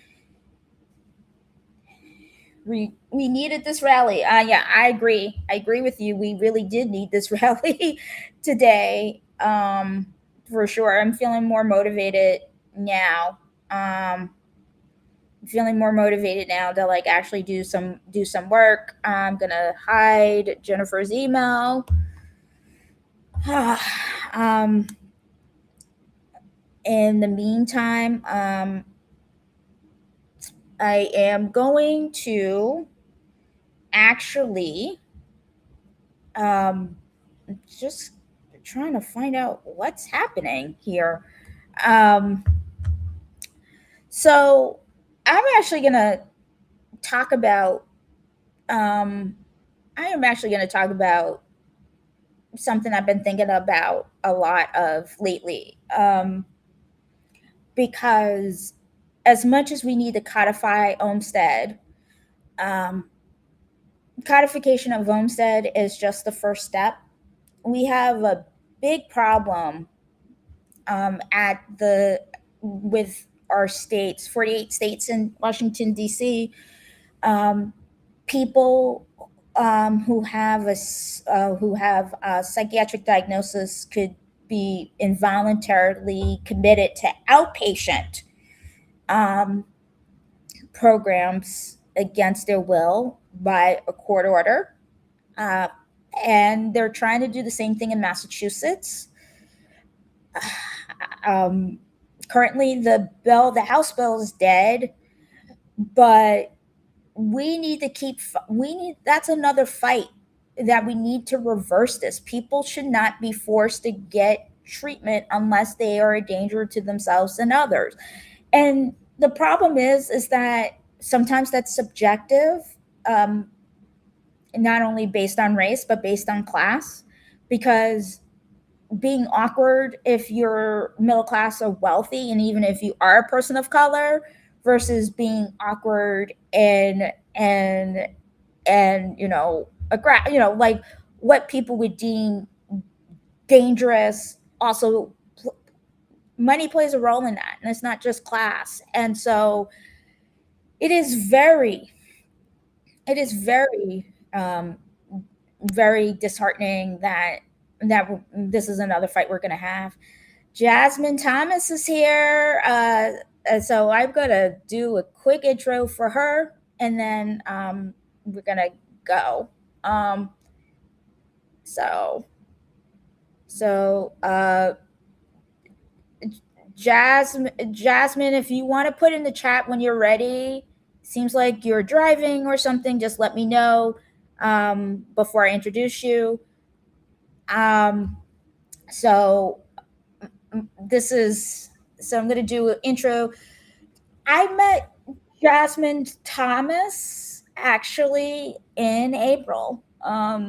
She spoke at our autism awareness month event, which was extended to our episode of Tell You No Lie. Jasmine is awesome. She's I'm using Gen X terms. She's dope. She love her. And she's, as we say in Massachusetts, and I am a transplant, so I'm not going to say it with a Boston accent. She is wicked smart, and we need people like her in Congress. Unfortunately, she has to run in a runoff because her state's racist and requires people to get 50% of the vote in the primary. But I know she's going to kick that person's butt because she's getting so many endorsements. It isn't even funny because she's real and she's ride and die for our community. With that, I love Jasmine. I cannot wait to see her in the Senate. We need more people who have lived real lives like Jasmine. So Jasmine, congratulations to being awarded saying no to Crip Crow, yes to democracy award. This is our first annual award ceremony. We are going to do this every single year, and I am going to bring you on right now. Thank you. Can you see me? I can see you now. Yay! Hi everyone. Sorry. Thank you, Naida, for allowing me to come back. This is something that I am super.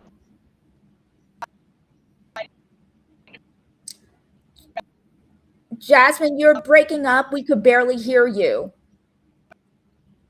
You're going to have to pull over or something. Sorry that I'm just a few minutes late. We are actually. Okay.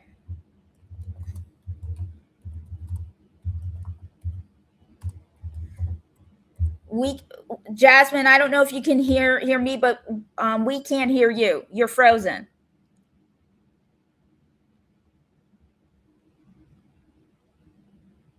And Jasmine's literally on her way campaigning for her runoff.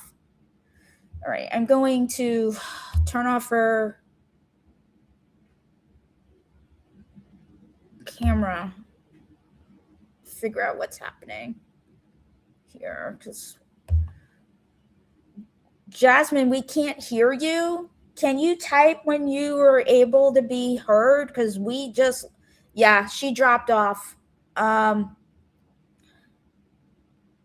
Hopefully she'll come back on. And I hate when that happens. Technology is not our friend sometimes. But she'll be back. I know she'll be back. Because that is real. That is real. So we're just gonna give it a minute, and hopefully, okay, I'm gonna add her to the stream, and I'm gonna unmute her. Jasmine, can you hear me? We can't see you. Can you hear me?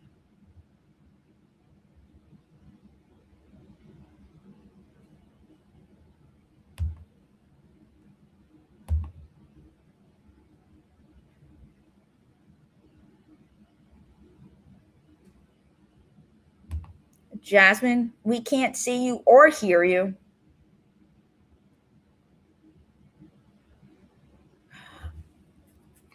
All right. We are going to figure out what. Yeah, she keeps dropping off. So hopefully, I'm going to hide. See when she's going to come back on. Hopefully, she'll be able to get back on or not. I don't know what's happening with her connection. And it's fine. I mean, this is live. This happens. If this was live television, you would be like, well, we're gonna go to commercial.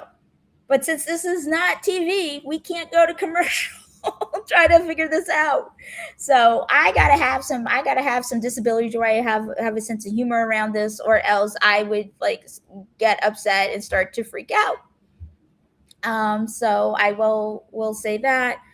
I'm super excited. My other friend, he's going to be coming on soon. Oh, Victoria's back.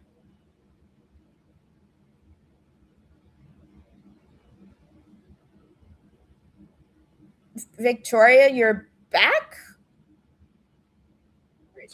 Well, I just figured, I've been watching.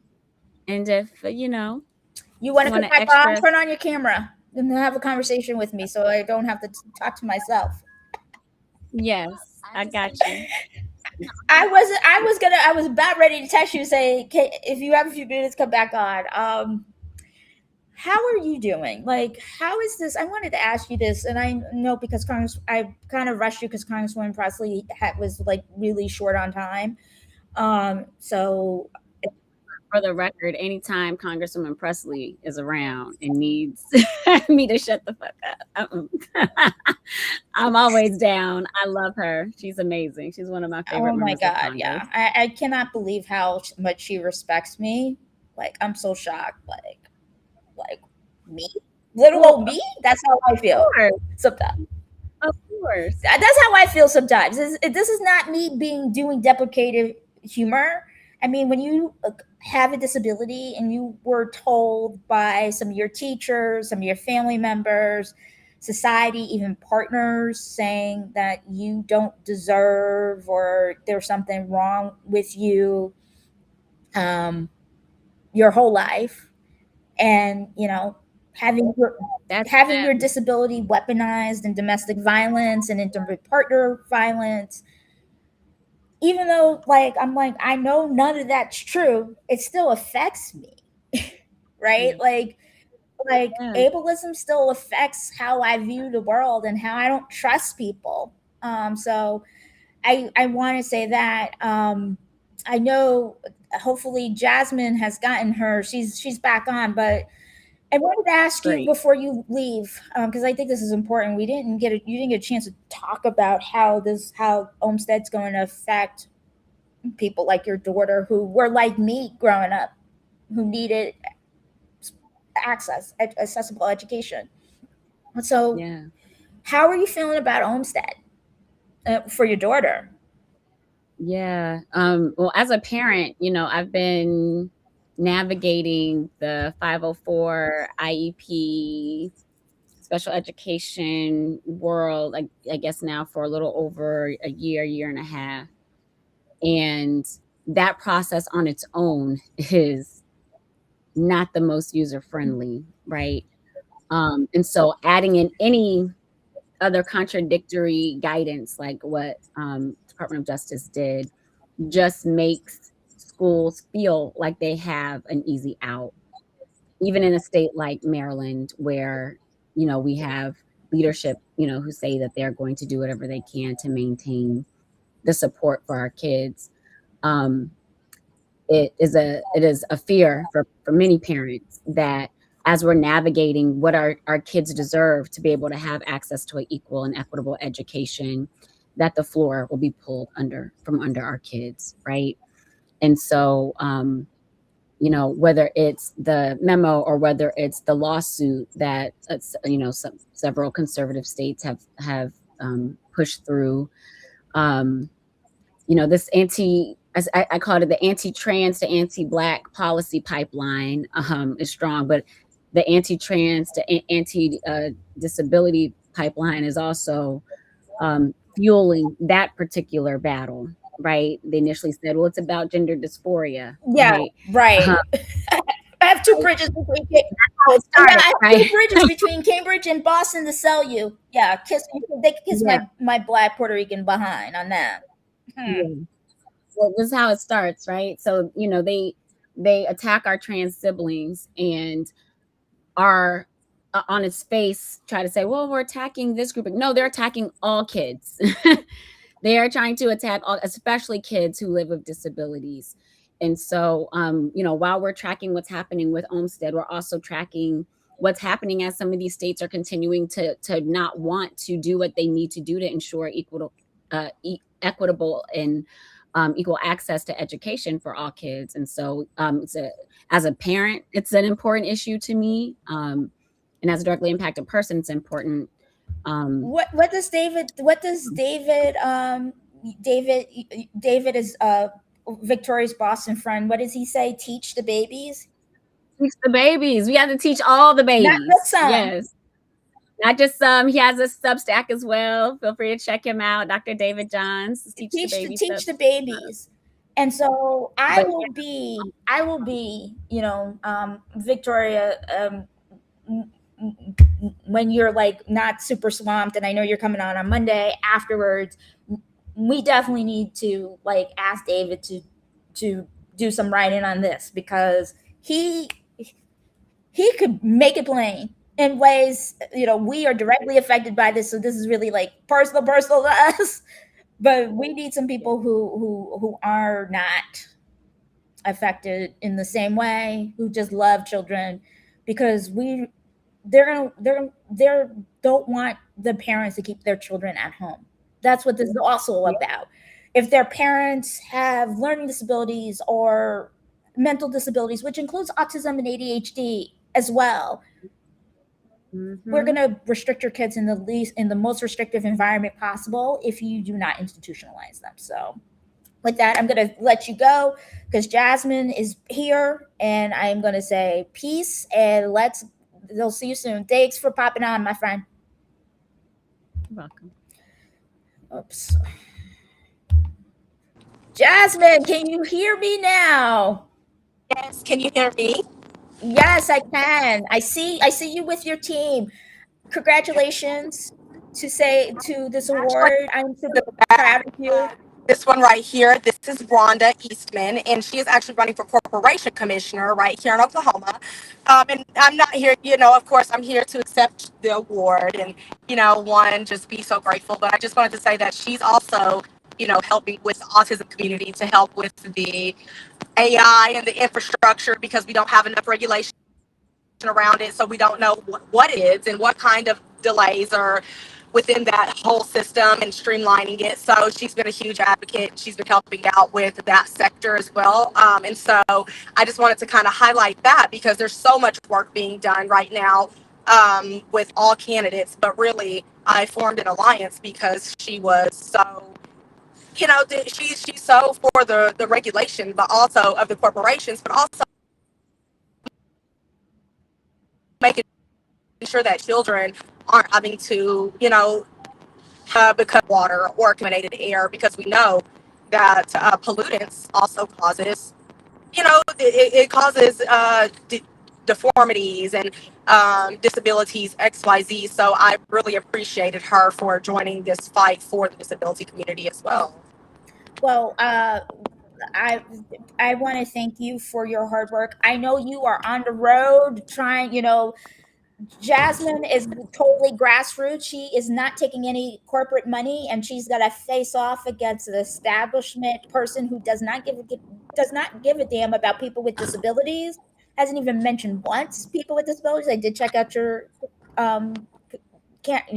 competitor's website to see if he would be somebody to bring on. He has nothing. Jasmine was at all, other than he's run before. And we need people. It's not about if you are in office currently or you've run before and you have all of this money. We need people who care about humans. Jasmine, as you know, as I know some people don't like the term autism mom, but she is an autism mom, but she is not the autism mom that you think, oh, you know, she's the true autism mom who was down like, no, my kid is going to succeed and be about that life. And they were going to have to basically take my son, and these are your words, out of my cold dead hands. Mm-hmm. And that's why Yep. she decided to run for Senate. And this is why she's getting this award, because she didn't have to. She didn't have to. This is a hardship for her, and economically, emotionally, on her family. But she's decided to stand up for democracy. And Yes. you are, as Black folks say, you are a real one. So I'm glad you felt Thank you you. did. And it's no problem, honestly. And I also want to make it inherently clear is that I don't mind being called an autism mom. That's why I call myself that, because I think that when you set that tone and you set that record of who you are, because autism is a spectrum, and you get your level 1, your level 2, and your level 3, which would be your most severe, versus your level 1 that's more more moderate, or I wouldn't say moderate, but like less severe. And us moms who have children and have to face the music of the autism spectrum, I really think that they're resilient. They have so much, they're strong. They have so much dedication, and I think that that's where I kind of put autism on the radar. Is that if you tell me that you're an autism mom, I know that you have grit. I know that you have so much stamina, even if you don't feel like it. So this was not a problem to me. Doing this for the community and also doing this for everyone else. I always tell people that when one of us is elevated, everyone wins. And we have to always, and I mean always, keep that in mind, that people with disabilities are not stupid. They're not undereducated. They're not fully underperformed. But when people start boxing them into these areas, and it starts making them feel like they don't have the ability, that they are disabled. It's not a disability. It is an ability, because everyone has a different, they have a different, I don't want to say fixation. I do that because I say fixation when I'm super focused on something, but they have a different and special um, interest, you know, and they have a capability that is maybe different than what I would have. And we have to embrace those things. That's why we have IDEA. That's why we have 504 plans. That's why we have IEPs. And so we can target, and I mean this wholeheartedly, we can target their strengths and not just elevate their weaknesses. Because when you get those strengths, then you find out how we can enhance those weaknesses that they may have. So I believe in making sure that the Department of Education is fully funded. I believe that making sure that our disability community actually gets the resources that they need, because this is not, the disability community is a spectrum just like autism is. But I'm super proud to be called an autism mom. If anyone doesn't like labels, it's me. And Naida, this is no shade or anything. I promise I'm not trying to like fuss or anything, but I know what you're talking about when people will be like, I don't understand why someone wants to be called an autism mom when our kids are not their diagnosis. But the thing is, that makes me look at you differently. It does. When you tell me that you have a child with autism, that lets me know everything that I need to know about you. It lets me know that you were a chosen one. Because not everyone gets the life of being a parent of a child with autism. Not everyone has to live through the occasional differences that parents have to live through. And I think that we need more resiliency, dedication. We need more respect, and we also just need more autism moms in the Senate, the House of Representatives, local office, or even our city council, school boards. So And we yes, need I want to be called an autism mom. and we also need people who are neurodivergent in office. Yes. And I will say this: you are a real one. And I will say this: I don't know if you saw Congresswoman Presley's remarks, but the fact is that you are always real. I will say this: Disability Community for Democracy, as you know, endorsed you. We are pulling for you to win your second Your time runoff. running. Yeah. Oh, And you were right. Everyone in the car started laughing when you said that it was racist because it's true. We all think that.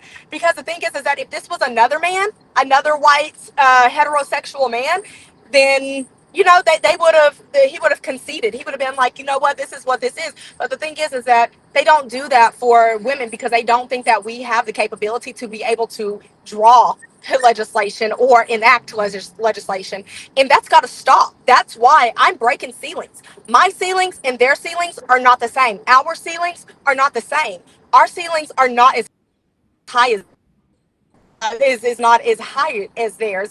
They don't have to reach. Well, ours is high. They don't have to reach very high to reach their ceiling. But we go all the way. And you know what we're not going to do? We're not going to keep counting women out. We're not going to keep counting people that are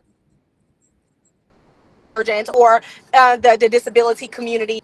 We are stepping up and we're saying that everyone needs a fair share and a piece of yes. that pie. And a piece of that pie. The last thing I'm going to say is I know you support codification of Olmstead into federal law by Yes. updating the ADA. I know you said that before. The thing I am going to say to you is when you are talking to people, I know you're going to be out there today. Please talk to your active duty friends and vets about this because people are completely freaked out in the veterans community about Olmstead in this memo. Let them know that you're going to stand, that you're fighting for their rights because they are going to think nobody cares and they need to know that you do. So Yeah, I know you do. I absolutely. know you've done it. But, right now, Disability Pride Month is the best time to say disabled vets and our civilian disabled people, we need to come together and push back against Olmstead.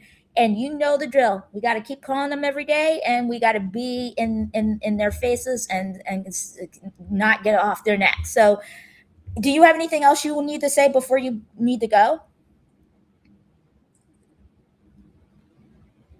Jasmine? Is there anything else you need to say? Okay, so I lost Jasmine, and so I'm going to bring on Keith. I'm going to bring on Keith. Keith, when you're able to come on, please come on.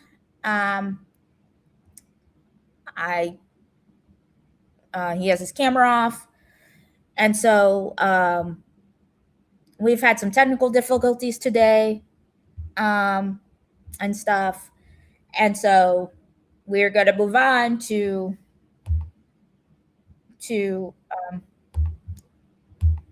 bringing on Keith. I did add him. What's going on? Keith, you got to turn on your camera. Your camera's off.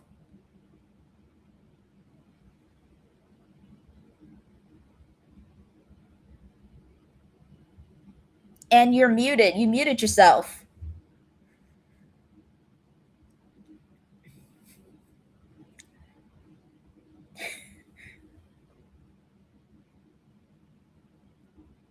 I love technology. Sometimes.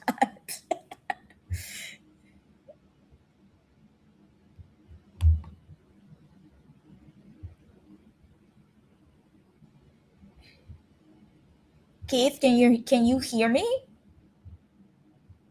Because I can't see you. Your camera's off and you're muted.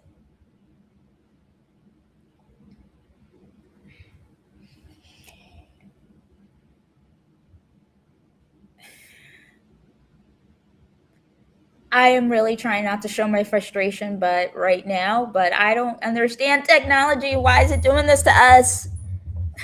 Why? Why? Okay, Keith is gonna try again.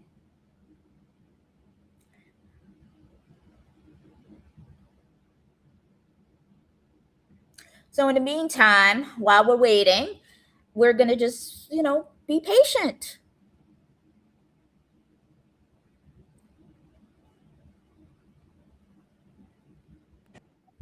Okay, I'm going to add him to the stream. Okay, there you go. Can you see me? Why is it? I Hey, could actually see your background, but I can't see you exactly yet. okay, because this thing is making me crazy. It's having me, but I'm here. Hopefully, Well, we can hear you. okay, but I'm here. I'm here. I don't know why it wouldn't let me do anything. It's still not letting me do anything, but Oh, I'm do, here. do you do you um Oh no, I'm I got it. wondering if it would be. Can you see me now? I can see your torso, not your beautiful face, though. Oh, 1 second. I can fix that. Hopefully, technology is wonderful, isn't it? This is why we do what we do. 1 second. This is you know how I roll with Disability Community for Democracy. Yeah. We're gonna keep disability real, the good, the bad, and the ugly. Yeah. So okay. Can you see me now? Yes, I can, my friend. So Keith has been on with me before. Keith, I want to just say thank you so much for accepting this award. Thank you so much for being my friend and mentor in this fight. Thank you. And so Keith, I'm gonna let you give your remarks and take it away. Okay. Well, my apologies for everybody looking. I thought the technology was going to love a brother, but it didn't. Leanna, thank you for the recognition. Thank you for doing all you do because, again, we are living in a very interesting time. My apologies for the technical glitches, but such is life. So I wanted to first thank you all for taking the time to join the rap. But more importantly, as you've heard reflections, you just saw a great candidate coming out of Oklahoma. You've heard from representatives. You've seen this. You've heard about the issues, and you are understanding what the Olmstead Act is. So I just wanted to lay a little bit of foundation. I had a meeting about 3 days ago, 4 days ago, and we were talking about how to get communities engaged. And we were talking about the group that we were working with. And the group that we were working with were people that had been working together. And the realization had hit me that in the course of that meeting, that we had been working on Olmstead independence plus real choice legislation and community engagement and inclusion and codification for 25 years, since 2001, with the Real Choice Independent Plus grants granted by CMS 2001, 2003. Why does that matter? Because when you talk about people today, you just heard about an autism mom, you're hearing about chronic illness, you're hearing about neurodivergency, you're hearing about disability, you're hearing about all of these things. The one thing you're not hearing is the why we are having to have these discussions. The one thing you're not hearing is the who is forcing these discussions. In a political environment, your candidates and your representatives are not rock stars. They are public servants who are running for political office in order to be in a position to make meaningful and substantial decisions that impact your life at the most micro level. And so when you talk about why is it important to go to Congress and to have discussions with Congress people about doing good legislation, must remember 435 seats are up for re-election in the House of Representatives. You have half of the Senate up for re-election. Here is a little bit of history. In the course of the United States, there has been 15 different iterations of major political parties. circa 1869 was the de facto codification of what we call the duopoly or the two-party system. It was only until 1964 that Black America in totality could participate in the electoral process. That inclusion of Black America came with Black America saying everybody should be included in the process to vote. What also happened in the succeeding 62 years, as we are now in 2026, is that duopoly that has lasted since 1869 and in various forms and iterations.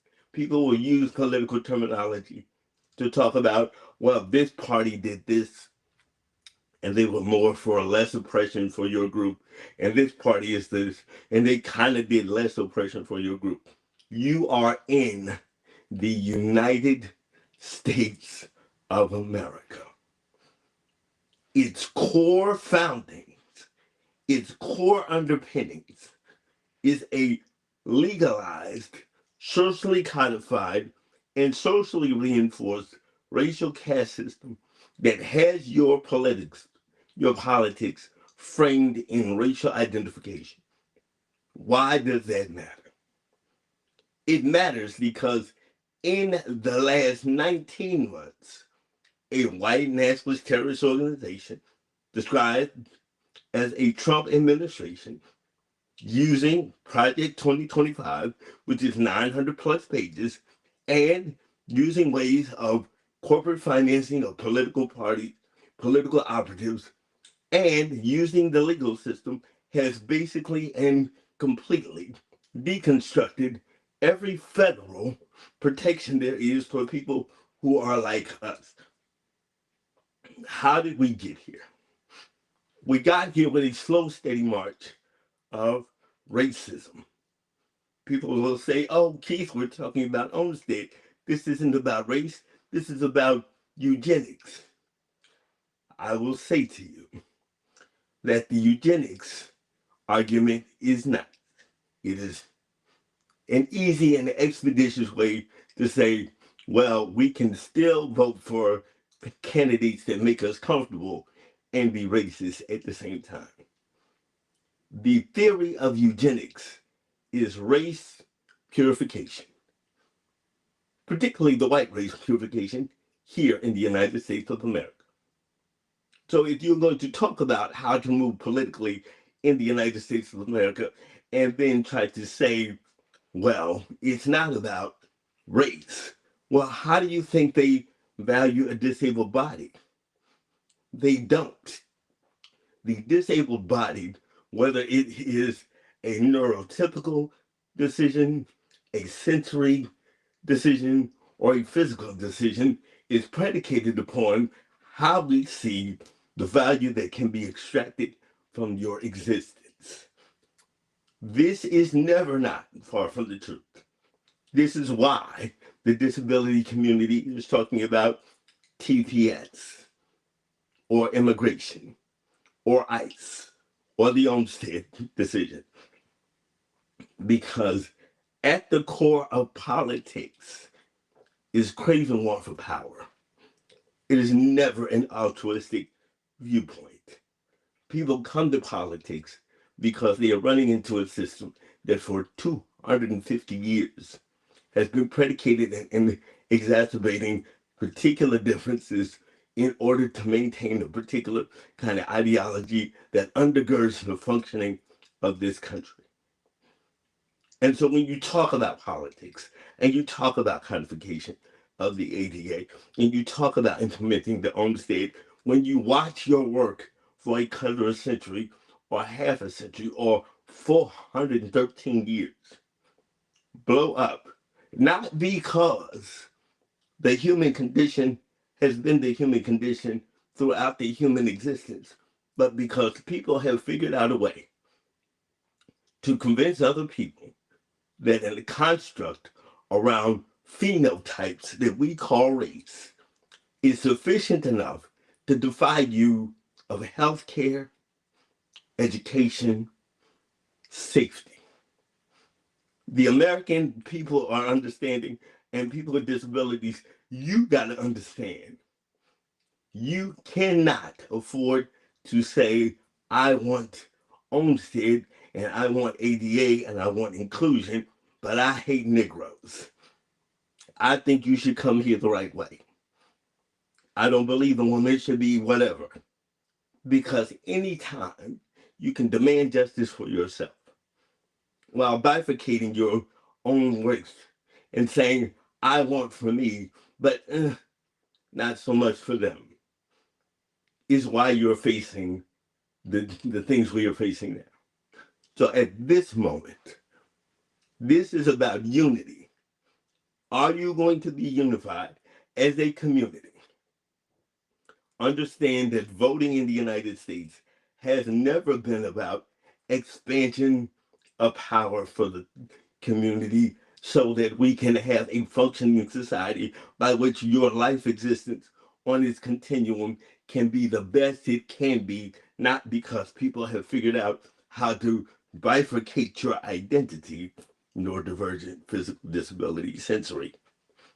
But they understand that in order to have a functioning, healthy society, how are you sheltered? How are you fed? Are we making sure that the babies are safe? Are we making sure that women are safe? Are we making sure that people who have chronic illnesses are safe? Are we making sure that there is no such term as medical racism, environmental racism, sexism, or omissions of entire populations in social justice movements because the undergirding principle still is race? So here in the United States, if you're going to talk about participating in your elections, do that locally, on the state level, county level, and on the federal level. But do not ever lose sight of this. Political parties are not state or federal or governmental entities. They are political clubs who get together to try to use our democratic process to amass political power, to evoke or to use that political power to advance a particular agenda. And what we have seen in the last 100 years in the United States, even with the Great Society, they carved out Negroes. Even in the Great Recession and the Great Comeback, we were disproportionately hit and were the last to recover. Even when you talk about science advancements, there are people who are left out solely predicated upon the fact of a disposition of race. And so if you're talking about, well, what does that have to do with disability? Who makes up the largest core of people who do direct service? What do you talk about? You don't see yourself represented in the medical field. Why is it so amazing to have disabled doctors and nurses? All of those have root causes.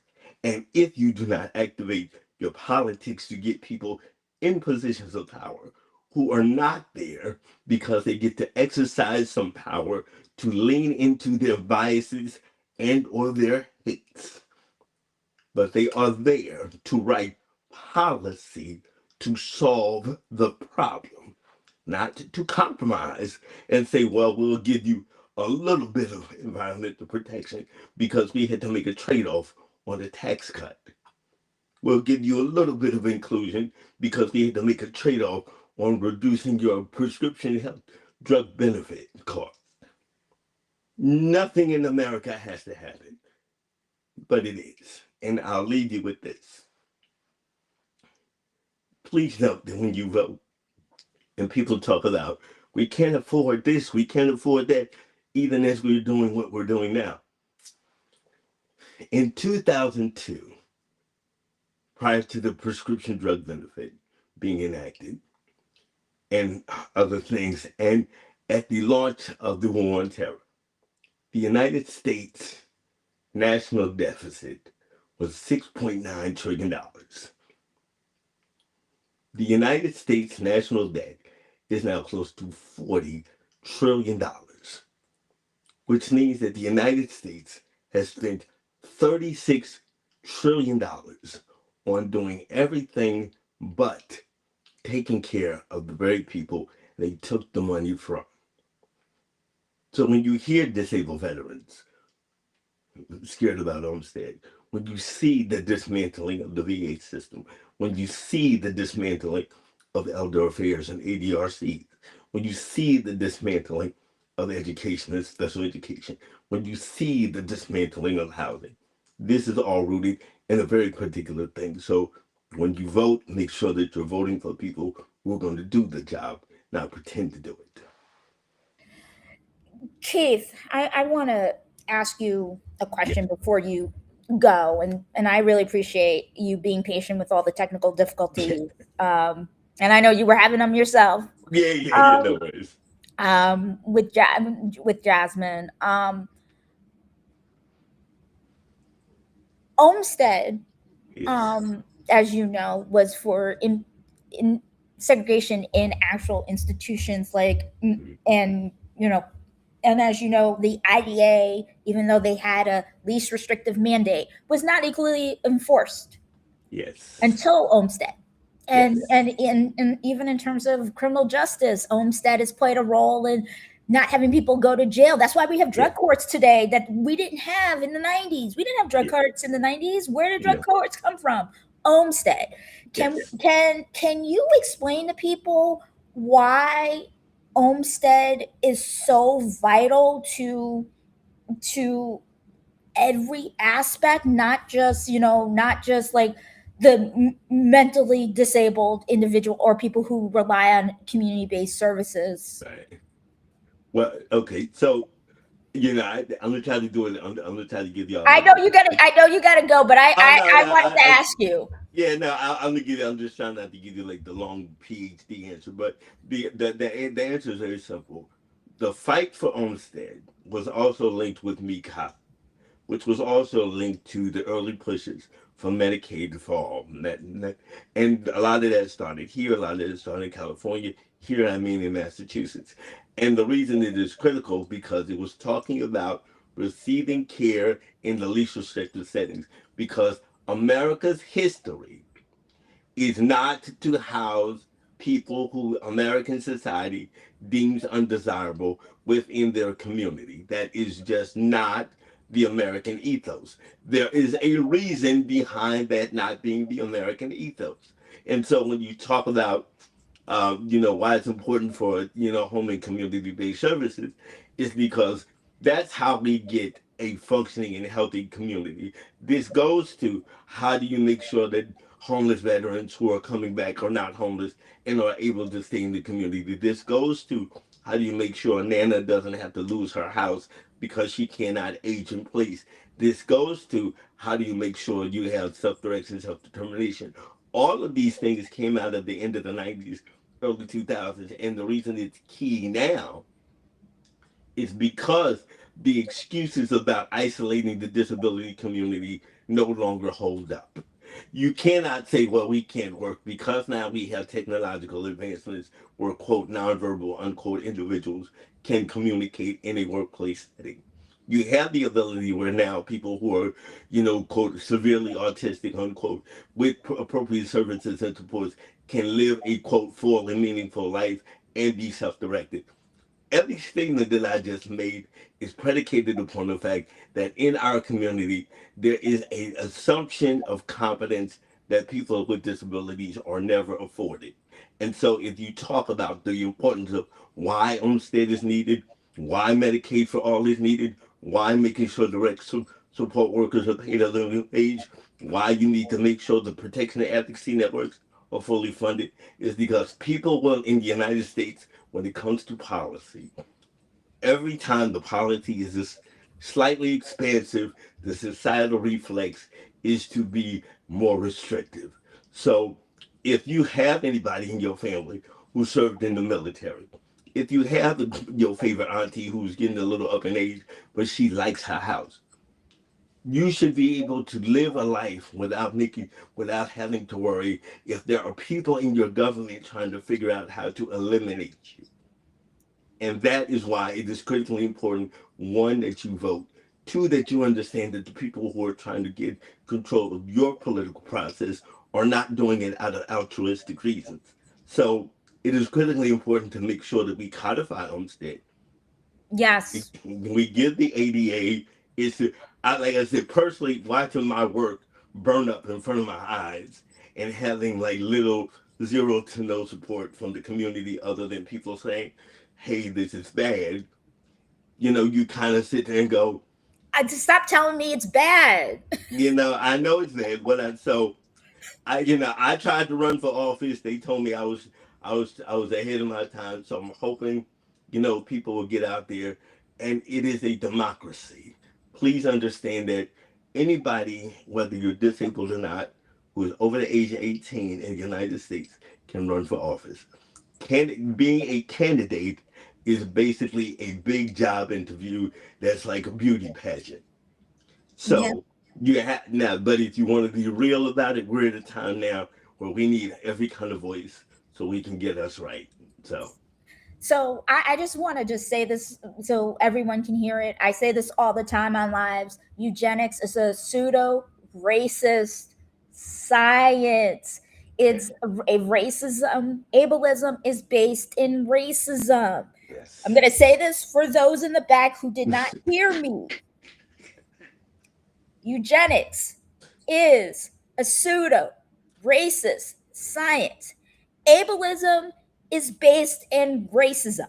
And if you cannot see the humanity of someone who, Like, if you can't, like, if you can't see the humanity in somebody who looks like me and Keith and who isn't disabled because you have a lot of hue in us, why should non-disabled people see your humanity? Either we see everyone's humanity or yeah, nobody's going to see no one else's. Humanity is not up for debate. Humanity is No. not for debate. We It's need to never- stop this nonsense. And I'm going to say this, and Keith knows this from his own experience in Massachusetts. It's not just Republicans; it's Democrats. I'm going to it's, say this. it's everybody. It's everybody. It's And everybody. Keith knows about this. What they're trying to do in my state, in our state, they're Mhm. trying to. It's the one of two states in the United States that don't have forced outpatient treatment. This senator, who's a Democrat, is saying we need forced outpatient institutionalization. No one wants it. Everyone in the disability community also needs to understand that in interdisability ableism is also a form of eugenics, and we Yes. have to stand together. So when they're calling for outpatient involuntary commitment of people with psych disabilities, but you want to stay in your home, Yes. and they weaponize psychiatric issues when somebody wasn't getting the proper care in the first place, you need to make sure that while you're fighting for home care for you or your family member so they can stay in their home, you also need to make sure you're fighting for Yes. the dignity of people who have mental health disorders and substance abuse disorders. Because as somebody who has a mental health disorder, it's a disability just like my physical disabilities, just like my learning disabilities. Yes. And they disable me in the exact same way. And I need the same resources. And we need to stop playing around and elevating this disability hierarchy crap, because That- that's what it is. It's Yeah. eugenics in action. Keith, Thank you want to wrap us up? Yes, thank you for saying that. And I'm going to, I want to be clear that people understand this. And I'm going to read this to you so that people can. This is Francis Galton, who is the cousin of Charles Darwin, who derived the term eugenics, right? And they said, and it's from the Greek word eugenes, meaning good in birth.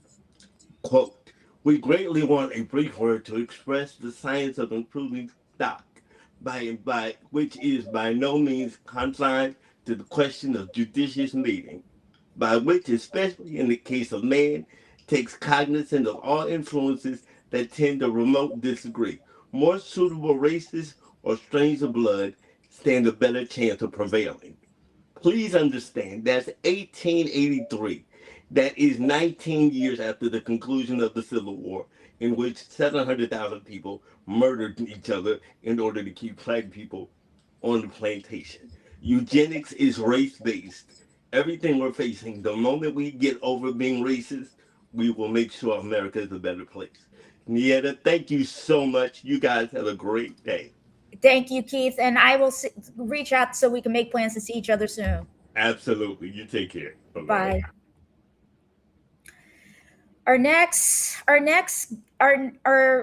So this concludes our award ceremony. Oh my God, I have not seen Dr. Cadet in a minute. Hi, Doc. I'm gonna bring her on. Oh my God. Hi. Hi, my friend. Haven't seen you in a while. Oh. I've been checking you out on your podcast though. Thank you. Congrats. Thank you. Business owner, multiple businesses, partial sports team owner, has all the degrees from undergrad to master's to doctorate. That's why I call her Dr. Cadet, because even though I don't have to, because I love this woman and what she stands for, and you know, she's been saying the same thing Keith and I have been saying. Yes. All of this stuff is white supremacy in action, and I'm going to give you the floor because, again, you're going to say it in a little more elegant way than Keith and I are. But you're a real one. Not necessarily. Well, I'm thrilled to be here. You're doing a great job. We just came out of Mercury retrograde, but it doesn't mean that it's gone. It lingers before it completely goes. So great job with managing everyone's technology in technology today. Hi, everyone. My name is Dr. Akila Cadet. My pronouns are bad bitch, she, her. I'm seated in Oakland, California in my office. There's a bookshelf behind me with books. And then also my angel dog is behind me, Marley, who passed away. I am the founder and CEO of Change Cadet, an organizational creative consulting company. We do strategy, crisis management, and creative work. I've been doing it for 11 years. It's been increasingly harder with Donald Trump in office because I'm one of the Black women who's impacted by Donald Trump's hate towards Black women, in addition to any oppressed group and the attack on DEI. I am one of the owners of the Oakland Roots and Soul soccer teams out here. We have a game right after this. I am the author of, you can see it behind me too, White Supremacies All Around, Notes from a Black Disabled Woman in a White World. In my office, I told you my dog is behind me, but I'll just do an image description for inclusion. I have loose curls today where you can see the transatlantic slave trade in my hair with my blondes and my reds and my grays and my dark browns. I have hazel eyes. D'Angelo would tell me I have brown sugar skin. And I have on a white t-shirt that says, you can use your spoons to eat ice cream. So for our disabled community, chronic illness, chronic pain community, remember to give those spoons back to yourself sometimes. The shirt is available on my website, changecadet.com. You can follow me on Instagram or any social media platform at change, CHANGE, Cadet, CADET. What Keith said was really beautiful and really important. I loved tuning into every single thing that Keith said, but I do want to correct something. Ableism is not based in racism. Ableism is based in white supremacy. White supremacy is the home of racism, ableism, transphobia, xenophobia, homophobia. All the isms and obias are because of white supremacy. So in order to get to why our advocacy is really important as these midterms come up, we have to understand what white supremacy is. I've done this several times. You may have heard or seen me do this, but I have to because white supremacy is all around. How many people love white supremacy? Just think about it. Do you love white supremacy? Because I do. I love it so much. I wrote a book about it. And the reason why I love white supremacy is because White supremacy means the social determinants of health that everyone deserves. Everyone deserves livable, walkable, accessible, transportation-filled communities. Everyone deserves opportunities to have jobs that give them the income that they need and the insurance that they need if they're US-based. Everyone deserves to be pulled over by law enforcement and told to slow down or just get a ticket and not murdered or maimed. Everyone deserves to go to the emergency room and have their pain relieved and not be a drug seeker because I'm a Black person or not be an anxious, stressed out, tired woman. Because being a woman means you're tired, I guess, and not having your pain believed. And we all know how Black women's pain is not believed in this country. So white supremacy is being able to get a promotion at work for doing nothing and not having to have the 3 degrees that I have and working twice as hard to succeed. But white supremacy means that only white people can have those benefits. Cisgendered heterosexual white people, primarily white men, followed by white women. They are the ones that deserve to have the social determinants of health. And so if you're a white person and gay, you're further removed from that. If you're a white person and disabled, you're further removed from that. So imagine being a Black disabled woman. Hi, that's me. And how far away I'm removed from the social determinants of health to thrive. See, ableism is rooted in white supremacy.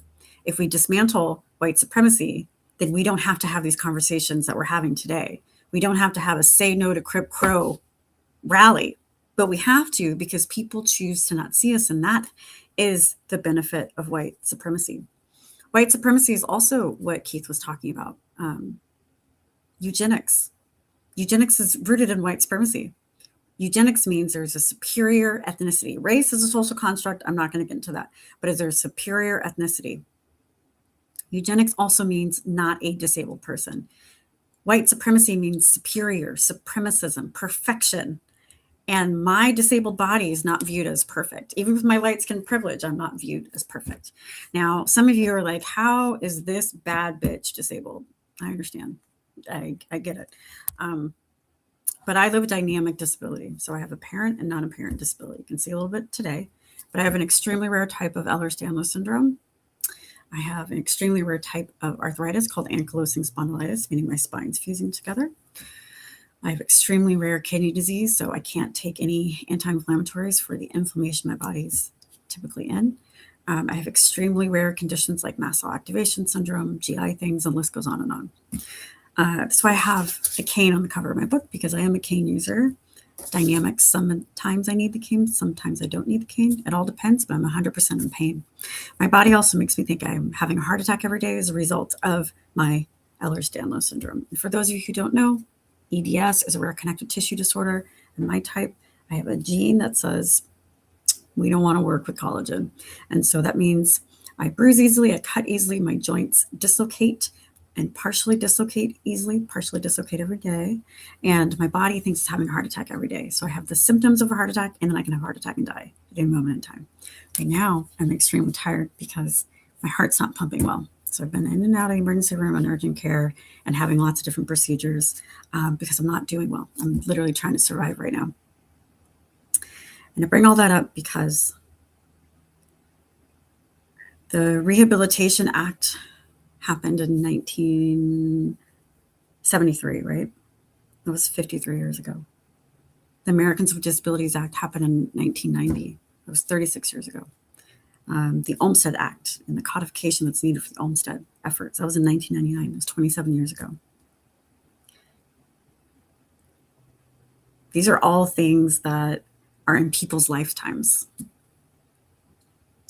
Now, these things are significant because the Civil Rights Act passed in 1964 and the Voting Rights Act passed in 1965. The passing of the Voting Rights Act in 1965 is the end of Jim Crow. What people don't realize is that Jim Crow also included disabled folks. Yes, Black people, but it included disabled people too. Oppressed groups, right? Anyone who's oppressed received those benefits of Jim Crow.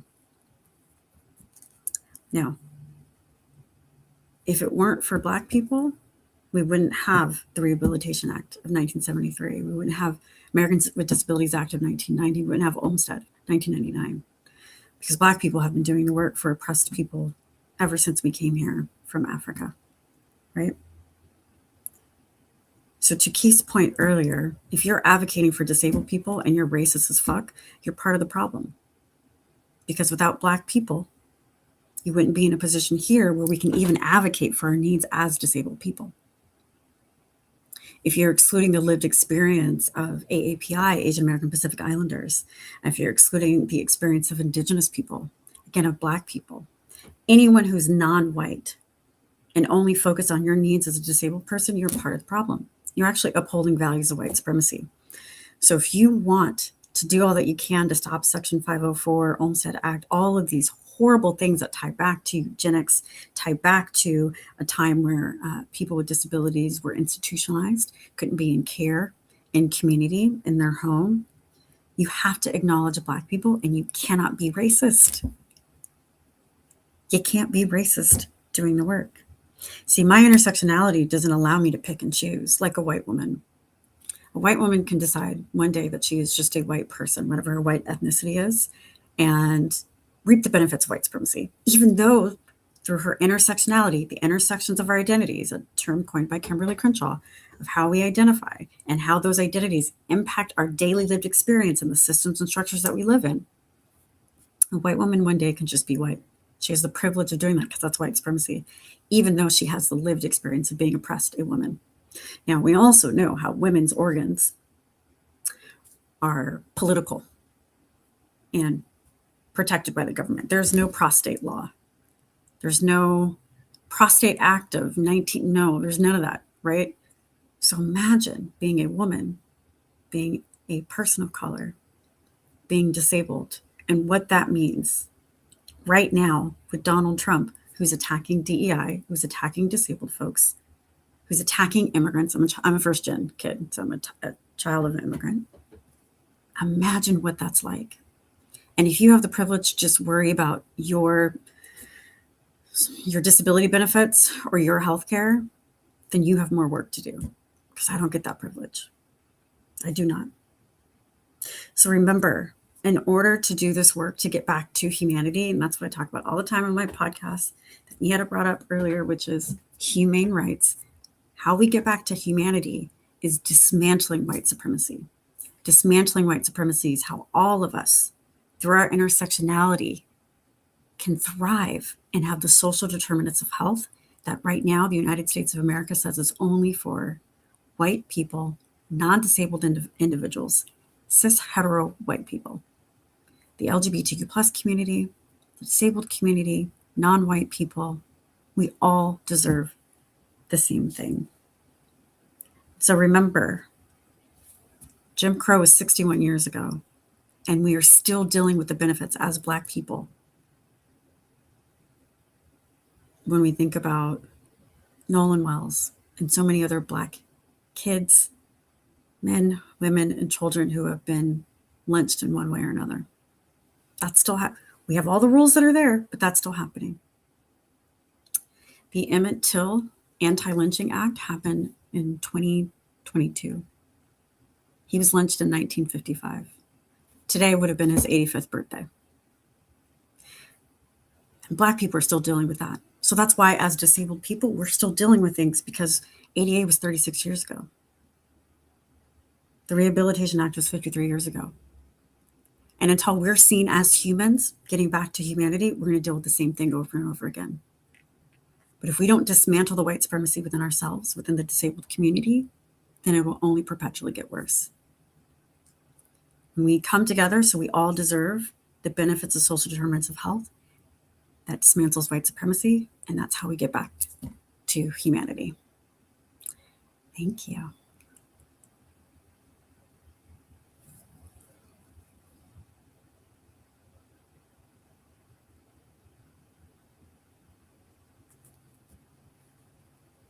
So thank you, Dr. Cadet. I want to just say this to you because I admire how you've been navigating your health challenges and still doing the damn thing. One of the things, and somebody commented in chat, which we do not talk enough about, is our territories in the United States. And I am, as you know, I am Puerto Rican, I'm Latina on my mother's side of the family, and I'm Puerto Rican and Cuban specifically. and what they did to Puerto Rican women to test birth control on them. Like we talk about Tuskegee, right? And I'm not saying that's not important. We never, ever have ever talked about what they've done to U.S. citizens. These are U.S. citizens. Puerto Ricans are U.S. citizens. What our government allowed drug companies to do to Puerto Rican women. Allows. It still continues. No, I know, but I'm talking about like at that time allowed them to do to Puerto Rican women and stopped it when white women were dying of the elevated hormones. They were saying this was, like they decided to ignore it because there was Puerto Rican, and these were Puerto Rican poor women. These were not wealthy Puerto Ricans. These were poor women. Specifically, they ignored the poor women, regardless of what color their skin was, because they were poor, and we never talk about it. And these women, if they did not die, they could not have children because of this experimentation. So I'm so grateful for that you talk about the social determinants of health and how, like, the further away you are, and I say this all the time, if I did not have the class privilege that I have, I would be worse off. Full stop. I would be full stop. And you've said that to yourself.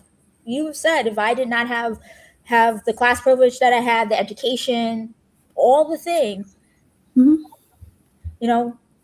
like that gives sometimes that's the only buffer Black people, disabled people have, other marginalized groups have from white supremacy is their money in their education, which is sad in this country that they don't value humanity at all. So I'm going to ask this. I have not asked this of anybody else, but how could people find your podcast, and especially, and how could they support you? I know you're getting people to buy your book. I listened and read your book. Is there anything else besides your shirts and stuff that you want? Yeah. Well, I want to say again, congrats to you for putting this together. Hope you're doing something to celebrate yourself today or this weekend for all this work. Congrats to all the winners and activists who are continually doing the work. It's crucial, and it's great that this will continue every year. Of course, you can pick up my book wherever books are sold, audiobook or physical book. White Supremacy is All Around. My website, you can pick up merch or my book or vintage that I have there, whatever you need. It is Disability Pride Month, so remember to support disabled folks. And if you are disabled, share other people's disabled info that's out there. You can follow me on social media at Change, CHANG CADET. I do want to say, like, it's a whole much longer conversation, but the way Black and brown bodies are treated in healthcare is deplorable, and the history around that is deplorable. If you don't know, there was an alleged doctor, Dr. Marion Sims, and he is the originator of gynecological studies, all the way down to certain tools that are used still to this day. But he used enslaved Black women to perfect fistula surgery without any type of anesthesia that was available. So he'd practice on enslaved Black women, and then for white women, they would get anesthesia and the care that they need, right? And this is during the days of enslavement. And so white supremacy is in the fabric of healthcare in this country. And because we are disabled individuals, we have to deal with a lot of healthcare. Healthcare is under attack in this country. Right now, there's a bill for $1.15 trillion for defense efforts and combining the Israeli and US military. Trillion. And that would cover everyone's free universal health care. That would give us the systems that we need to have enough providers so we don't have to wait, if we're lucky, 3 to 6 months to see a provider or have a procedure. But war bombs are more important than human bodies, let alone disabled bodies. And so the more history you know, the more advocacy you can do in any capacity, whether it's social media, conversations with your loved ones, and how you vote. It is a multifaceted approach. You don't have to be active like myself or Nieta. You don't have to work to that type of level, but you have to do something. Because unfortunately, if we want the privilege to remain in this country, we have to advocate for ourselves collectively. Well, last question. When is your next season of your podcast coming out? It'll be, so we just wrapped. So the season comes out in the first quarter of next year. So we come out in the first quarter of next year.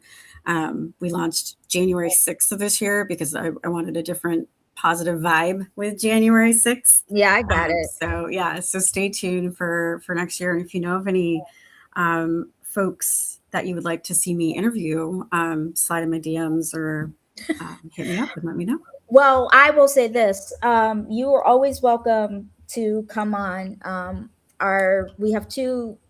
I have one live Disability Community for Democracy has a live stream program that we do on Fridays in 2027 called Tell You No Lie. We talk about disability culture, not politics, but culture. We're talking about politics today. But then I do another live stream in partnership with Sick of This Shit Publications, which is owned by our director of framing, Nick Perro. We call it Listening Louder. So we would love to have you on to talk about of course, white supremacy, because and we have this running joke between the two of us. I said, how come it's an Afro Latina and a Jewish person teaming up on Olmsted and insisting that we call members of Congress? Maybe it's because both our groups have been, have gone through being eliminated. It's not maybe. It's not maybe. See, we deal with the direct impact. There are disabled people who are white who don't feel the full impact in the way in which we do. Like I said, it's because of Black people how we're able to have the activism and the laws passed to protect disabled individuals. The problem is that we're tired.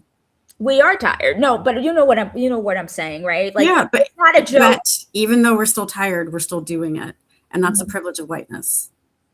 They can step in, step out, step in, step out, and they need to be more consistent and show up consistently with whatever intersectionality they have, because white supremacy is not my problem; it's theirs.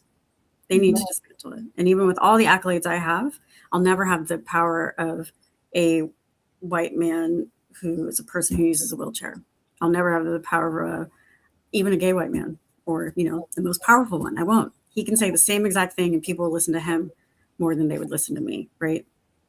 And so no matter how often we say we're tired, earlier this week was Black Women's Pay Day. We make 65 cents to the white man's dollar. So that means it takes 18 months for us to make the same amount of money. When we tell you we're tired, that's what we mean. And that's just working. Now imagine people who are working and also do advocacy on top of that, and are disabled or have kids and or have a partner and or caretaker of other people. We're tired. Because I don't get paid. So just everybody know, I say this all the time. I don't get paid for this work. I am a tax professional. That's my paper. Right. And then imagine, when tax time comes around, that first quarter of the year, you're busy, but you're still showing up for other people. Yeah. And this is why the first chapter of my book is White Women Are Exhausting, but white people can be exhausting because they don't understand how much we keep persevering, which is a word that I hate using for people like ourselves, but we have to. We don't have the privilege to take a break.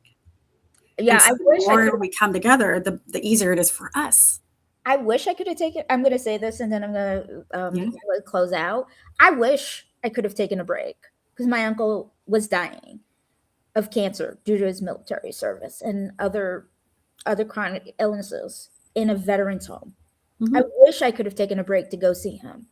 But I had to, I couldn't, because I had to do Disability Community for Democracy work, and I had to actually work my seasonal tax job.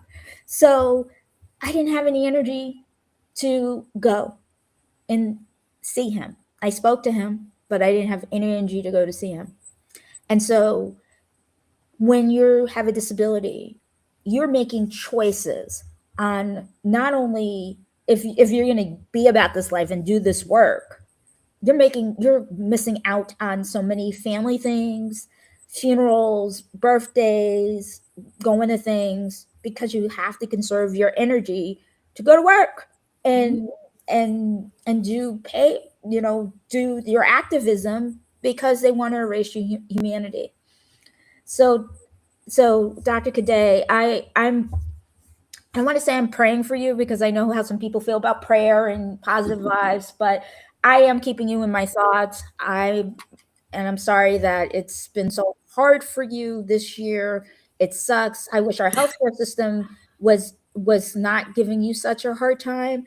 And you deserve, and I'm going to say this right now, you deserve all the accolades and more. And you also deserve to get paid like you were before on a regular basis, not Yes. when it's crisis time. Not performatively. Absolutely. Well, give yourself grace for the grief, and I hope you find some softness this weekend. Thank you so much. Thank you. Thanks. I'll talk to you later. Bye. So I'm gonna bring on D. D, I hope you're on. I'm sorry we were a little behind. We had some tech issues. Hi, D.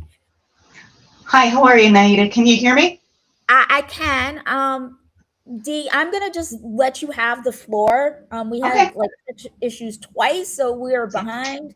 So Not a I problem. apologize. I know you have some things to do. So No, you're fine. Yeah, thank you. I want to thank Naida publicly because she allowed me to publish an essay on the work that I've been doing over the last, what is it now? 3 years, 4 years, which is working with a group called the Friends of the National Museum of Disability History and Culture. Back up on that a little bit. I started working with a group called the Pennhurst Memorial and Preservation Alliance back in 2021. And it is a group that's based out of the now shuttered Pennhurst Institution in Silver City. I can't remember. Spring City, Pennsylvania.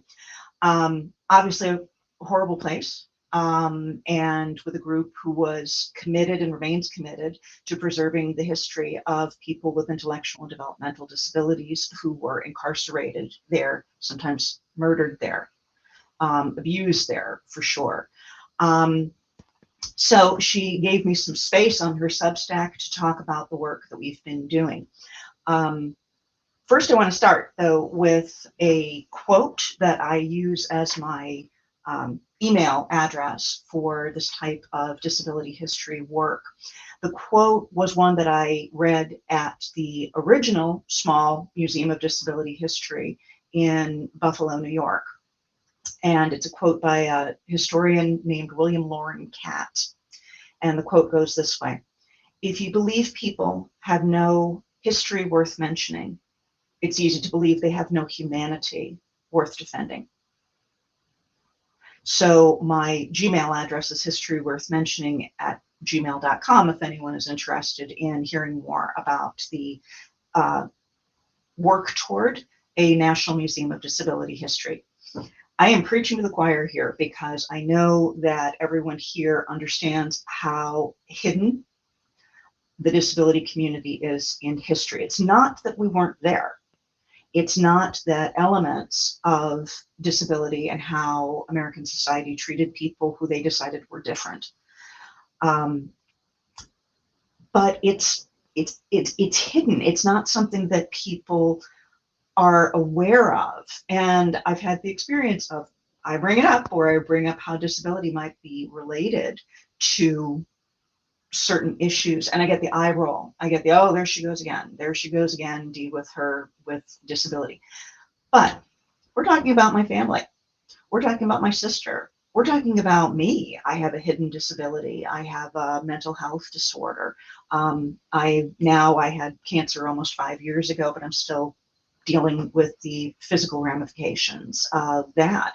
And as Dr. Cadet said, as Keith Jones said earlier, as Naida has been saying, this is every day. This impacts work. This impacts family life. This impacts being able to move out around the world as a whole. And because it's invisible, people forget it's there. So I started working with this group, the Friends of the National Museum, because we are currently the only marginalized group, or one of there are some left as well, but there is no national museum foregrounding the history of disability in the United States. There are small museums that preserve the history. One recently opened at the Viscardi Center down on Staten Island. And there are groups that are starting to do work on making disability history part of a K-12 education for students in the United States. So it doesn't come as such a surprise that people who have different minds, different bodies, different ways of moving through the world actually exist, and that it's not a tragedy. That this is, I'm really excited to hear about Naida's and Dr. Kadei's focus on disability culture. People think disability and they think, oh, this has got to be an enormous bummer. We're talking about people who are experts at moving through a world that is not constructed for them, not physically constructed, not constructed through the various systems of education or employment or government, not built for people who need to access it. And people need to be aware of that. I'm also excited to be coming in on the ground level. I am a white woman. I have a PhD. I have a lot of privilege. This is a tremendous chance to use that privilege to help move toward an accurate portrayal of disability in the United States. And it is cross racial, BIPOC individuals with disability have a very different experience than white people with disability in the US. Gender, LGBTQIA,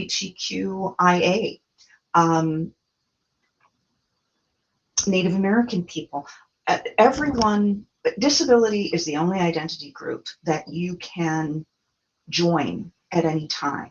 You know, you're born with your race, you're born with your culture, you're born with your background, you're born with gender, you're born with your sexual orientation, and your gender identity, even if the world doesn't recognize it. But any of us could develop a disability, or in my case, add a disability overnight by having a stroke, during the day by crossing the street and being hit by a car, due to an illness, you know, an illness like cancer, which changes your body and your energy level. Anyone can join this group.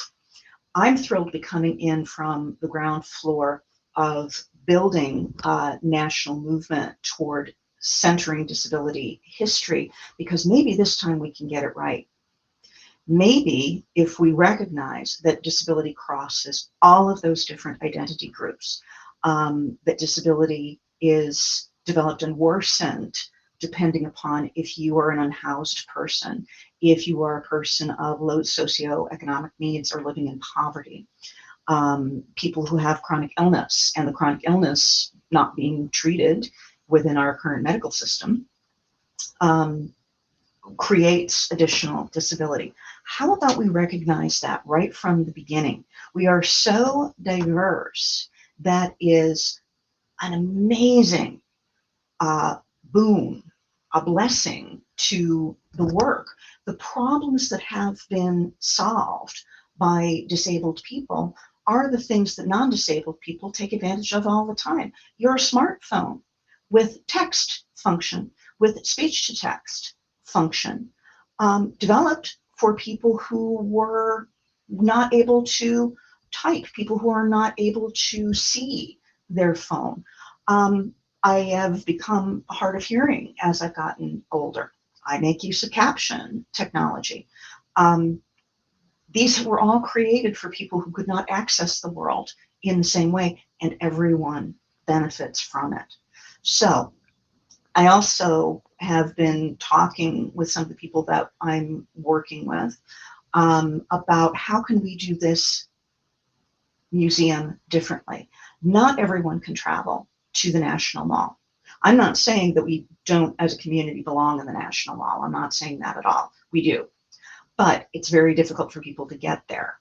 You hear all the time about people's mobility aids being damaged as they travel by plane, as they travel by train,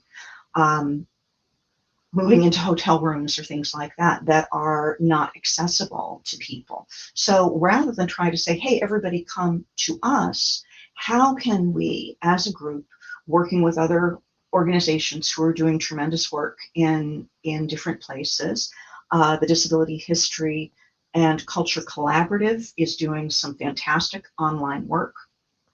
Disability Education, Disability Equality in Education is doing a lot of the K through 12 work, as is teaching disability history.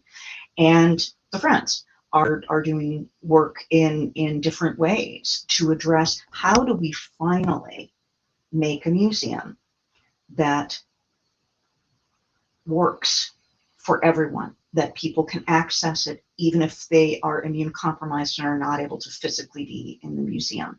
How do we have a museum that gets it right from the beginning, where we deal with ableism as a product of white supremacy?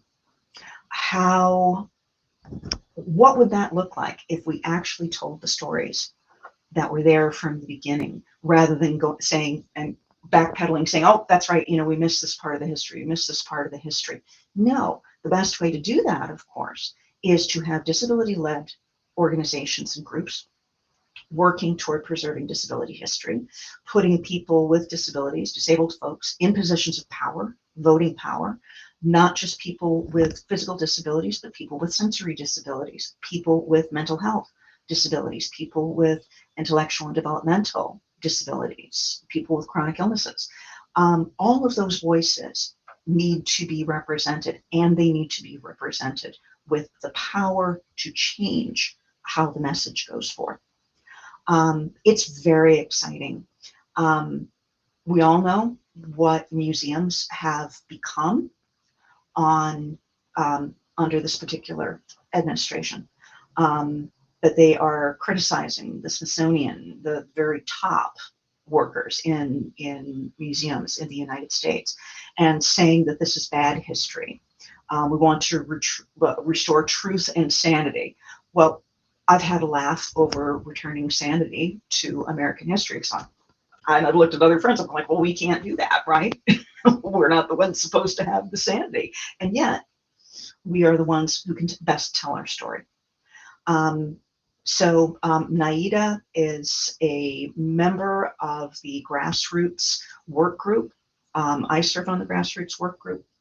We encourage people, get in touch with me through NAIDA's work, Disability Community for Democracy, if you're interested in hearing more about what it is that we do and how we are building from the ground up. And we're not waiting for Washington to give us permission. We know they won't. We're building the infrastructure anyway. And, we do our best work under the radar. Since people forget about us, we can build tremendous systems of our own designed around our needs. And the able-bodied world, the non-disabled world, maybe won't even be aware of it at all. That's great. That's subversive. Let's do that. Let's build all of these things up and support each other. Because if we are preserving humanity, our history is worth mentioning. The history of people within the disability community, and with all of the intersectional identities that we bring to the table. They should be represented, they should be talked about, and it should be in our hands. So NAIDA, thanks so much for giving me a chance to talk today. I hope the technical stuff is going better. Yeah, the technical stuff is going better. Dee, before you hop off, I do want to, say, and I think this is really important, and I need people to understand this, the Rehabilitation Act of 1973 updated all of our vocational rehabilitation acts, especially after World War I and World War II. Yes. that had nothing to do, and I that had nothing actually had nothing to do with race. This actually were veterans who literally were saying we became disabled due to fighting wars. Right. And these were white folks. These were white Right. disabled Right. men. And that's how come we have that's how come we have the Rehabilitation Act, because during the Vietnam era, we leave disabled veterans out of our story, which is disrespectful. It is. But we would not have the Rehabilitation Act of 1973, the updated or most up-to-date law around those, if we did not have the Vietnam War. Yes. They were the ones, these were white people who acquired disabilities, joined with civilian disabled folks. Most of them acquired disabilities. These were older boomers, Right. young silent gen people who put their bodies on the line saying, we have a right to access services if the federal Yes. government's paying for it.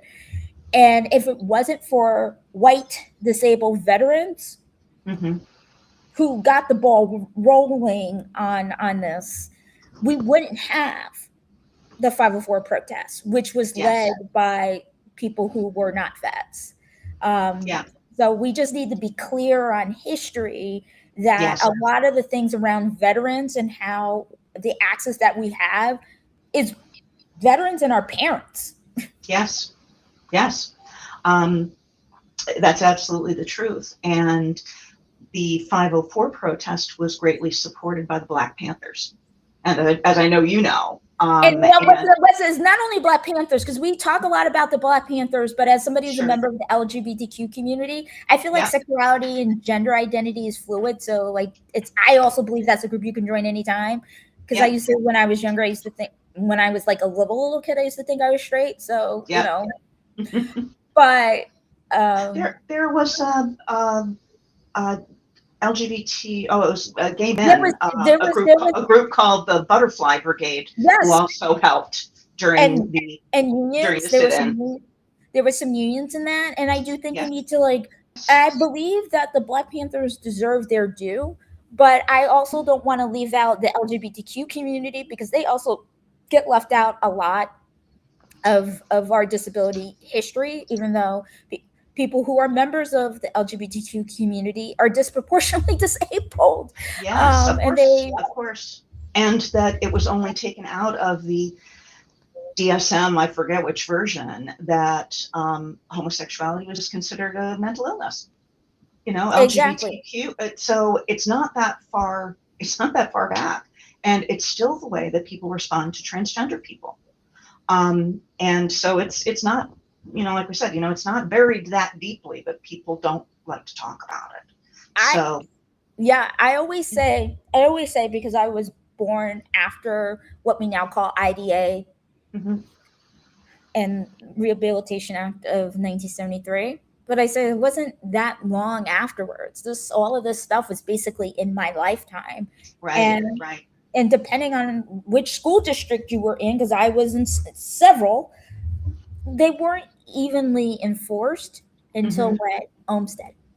And I keep reminding people, and I've said this to people before, your experience, if you are Black and you trace any of your ancestry to enslavement in this country, you're going to have a different feeling about what's happening than somebody who does not trace any of their ancestry to enslavement in this country. And that includes our territories. They have a different experience. And I do think I really appreciate the fact that you are saying we're going to tell the whole story and not just whitewash it. And I don't mean whitewash it in terms of making it white. Right, sure. But, you know, that's not what I meant by whitewashing. But what I meant was making it more palatable to people. Exactly. And a lot of these things are simply not palatable. And it's taken, there are times as well in terms of getting the groups together to work together to bring this history forward and to foreground it. White, highly educated professionals got to step back. But I Yeah. also I agree with you. But I mean, we can be there to push things through because there are some things and some environments I can walk into, and just by virtue of how I look, people are going to take me more seriously. And I also know where to dodge and take care of things behind the scenes that people don't know that we're doing, because I know the systems and I can operate within those. Yeah, I say this all the time. As somebody who serves on my city's disability commission, and even when my term is over, I will Mhm. always be able to say I've served on that commission, and that Yes. makes me. And you heard me say this earlier today. I think it was to Congresswoman Presley. It makes me a subject matter expert. People Yes. respect the fact that I not only have an organization that I built from scratch, but I'm also doing it in the government. Yes. In government, it's not just lived experience. I serve in government now, Right. and I also think, I also think what I can't wait for the museum. This is my last thing I'm going to say about the museum is I would love I would love to see the people of color who came here from other countries and who have disabilities and have their stories told and have Yes. them actually understand, like, yes, we experience a lot of the same things, but it's not in your lived DNA as it is in mine. Yes.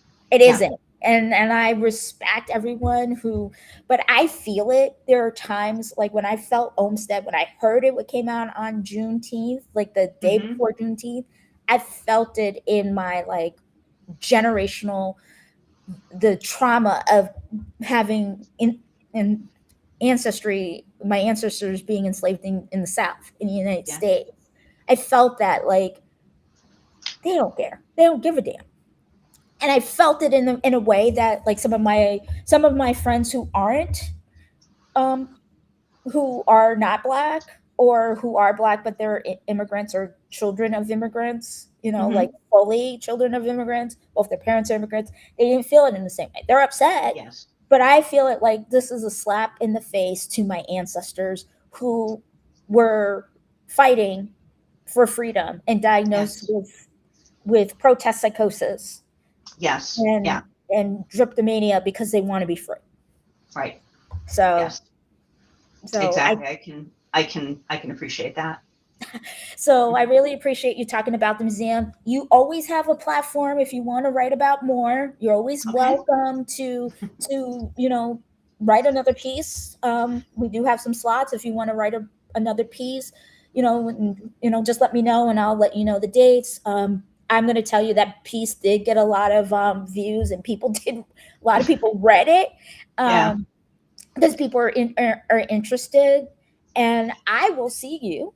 I will see you in Yes. a couple weeks. That's right. At Um, the next grassroots meeting, I will see you at the next. second Tuesday. I will see you at the next grassroots meeting, and if you need anything, and I keep saying this, and I'm gonna keep saying it because I want the board. I don't know if the board knows this. If they want anybody on the board who wants to come on and talk about the museum Yes.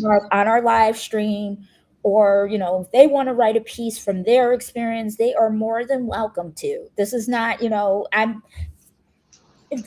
that's why Nothing About Us Without Us exists, because we don't have a repository for multiple stories in our community. Right. Right. And yeah, in uh, Alice Wong's work, meant a great deal to me that way, in terms of taking up space by how about having people tell their own stories from their own perspectives. So Naida, thanks so much and good luck with this. I enjoyed listening to Keith and to Dr. Cadet. Thank you, Dee, and I'll see you soon. All right, take care. Bye-bye. Bye. I am going to bring on our I'm going to turn you off. Hold on. Thanks. I am going to bring on your D. You could just X out. You'll be able to leave that way. I'm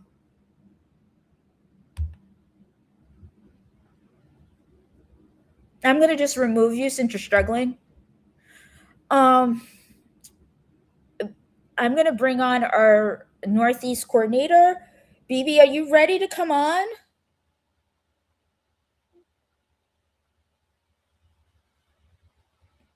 gonna turn on your camera.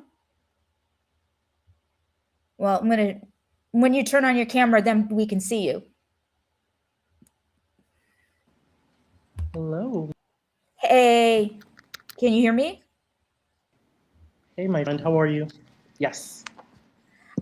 I'm okay. How are you doing, BB? Good. I don't know. It's Good. good to see you. Thank you Good for to see you. this. Thank you. I'm gonna give you the floor. And if you run into any technical difficulties and if you need to just turn off your camera and do voice, that's fine because I know sometimes if you're not plugged in, the Wi-Fi sometimes acts a little janky. All right, so I'm gonna give you the floor. Thank you so much.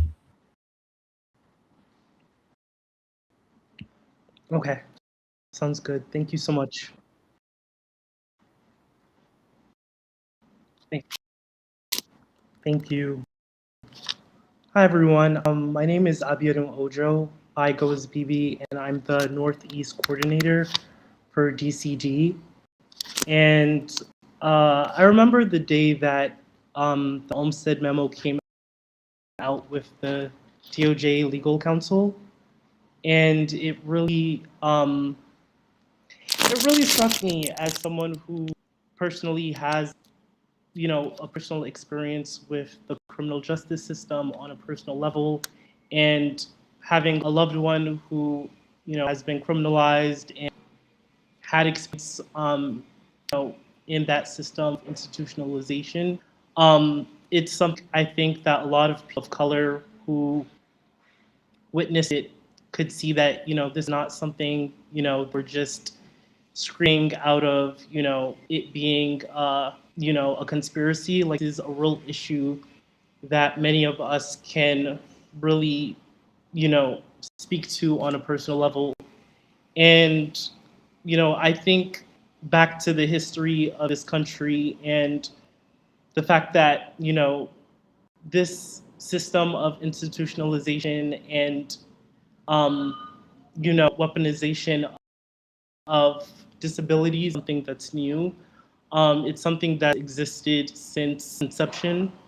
As Naida mentioned earlier, drapetomania is basically this that said that were in enslavement were mentally ill and deemed a mental illness. And the solution to that, funny enough, was forced labor. You think back to the LGBTQ community and the fact that in 1973 is only when, being labeled a homosexual wasn't deemed as being a mental illness. You think back to women and hysteria and the fact that President, Kennedy and his sister who was lobotomized, and you see a pattern and you realize that the way that institutionalization has been used in our country historically has been politicized, and you realize that it has less to do with people's actual lived experience of being disabled and more to do with political agendas. And with that being said, we think back to what the ADA defines as being a disability, and you think to the fact that part of what the ADA defines as being disabled is the perception of having a disability. And I think when you look at that, you realize that in this day and age, anything could be called a disability to fit a political agenda. I mean, just think of protest psychosis, which was used as another means of quelling civil disobedience against civil rights for African Americans. It's something that's not new, and it's something that's continued. And I'm really excited to be a part of something like DCD, which is working at the forefront to be able to address this, because this isn't something that's siloed. Whether that's your race, your socioeconomic status, your immigration status, it affects all of us. And I can say for myself, as someone who has a invisible disability, that it doesn't absolve you regardless of where you stand in the social hierarchy that we're in. It affects all of us, whether that's your brother, your sister, your neighbor, a friend, a classmate. The effects of disability justice and rights, it's ubiquitous, and it doesn't really it doesn't discriminate. As mentioned several times, um, it doesn't matter where you are in your life. You can always develop a disability. You can be born with it. You can get it at practically any age and point in your life. And so it's really important as we continue to speak out against the DOJ memo that this is a collective fight for all of us. And it's a fight that can only be won, I believe, if we are able to draw from all of the marginalized groups that have the shared commonality of disability. And that being said, I will give it back to Naida. If she wouldn't. You don't need to. You're not logging out yet. Before I know, I just want you to just talk. I know your remarks were going to be short, but can you just tell people, as the Northeast coordinator, what help you need? Because since you have the floor. Okay. I are at this point really in need of more volunteers in general. One of the goals that we have for every coordinator position is to have volunteers from each state. The Northeast is actually the smallest region that we have at DCD, and it incorporates 9 states. And so we need volunteers who are on the ground, who are connected with the community. It doesn't really matter per se if you have a disability. It's more of a matter of you being an ally and being on the boots and being able to see what's happening in your state. For example, something that we're working on for our next meeting, which is happening on Monday, is a Massachusetts bill that is focused on legalizing forced outreach treatment. And so that's something that is legal in 48 states, absent of Massachusetts and Connecticut. And while you might think for example, something like that isn't something that is attached on a national level, you have to think back to, the executive order that was passed last year under the person in the White House, which basically had stated that states now have the authority or should begin looking into, as we have today, forced medication and treatment for people with disabilities. And so, again, we need people who are on the ground, who are willing to do the work, whether that's outreach, social media, and in general, just people who are willing to be on the forefronts. We have an article that's coming out in the next week against the Massachusetts bill.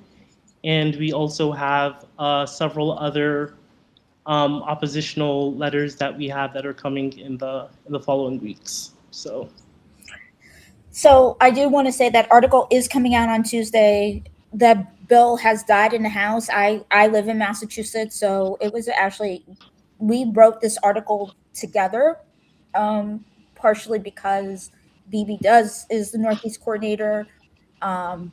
Is in law school now in California, but lives in New York. That New York is his residence and his legal residence, his domicile, but is in school and starting school in a couple weeks, right? Couple weeks, yeah. Or something. So we wrote this together. Yeah, 2 weeks to go. We wrote the article.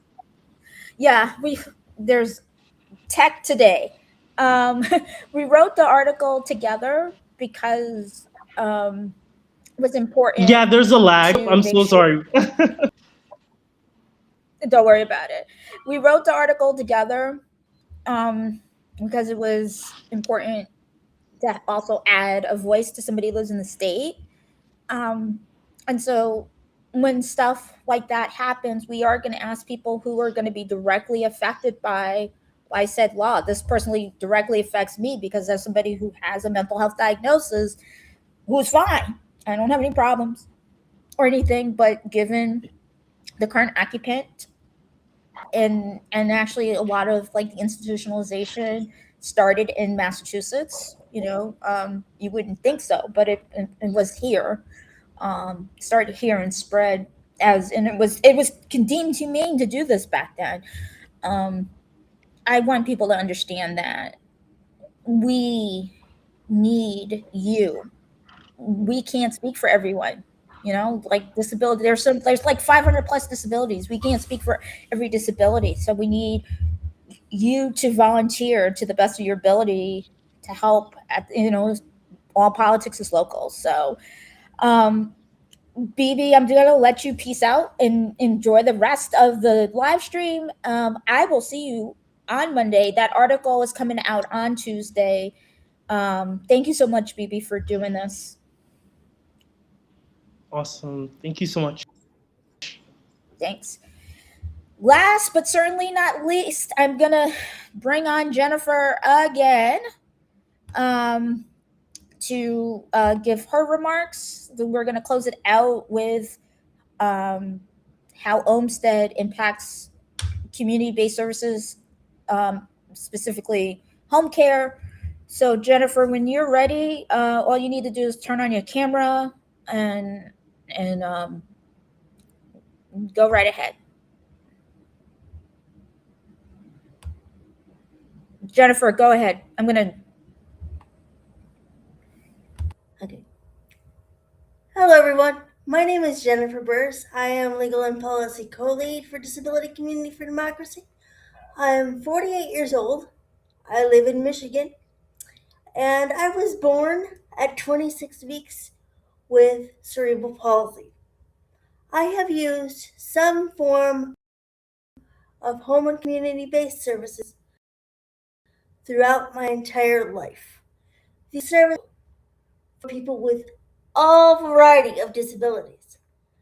There is case management, which is vitally important for people who need help with paperwork, navigating the medical and insurance systems of Medicare and Medicaid. Home and community-based services provides home care, which I have utilized my entire adult life in terms of being able to hire an individual to assist me with tasks, activities of daily living, which include everything from getting out of bed to using the restroom to bathing to changing clothes to cooking to shopping to getting to and from appointments, because it also provides non-emergency medical transportation. There's a whole laundry list of things that people use home and community-based services for.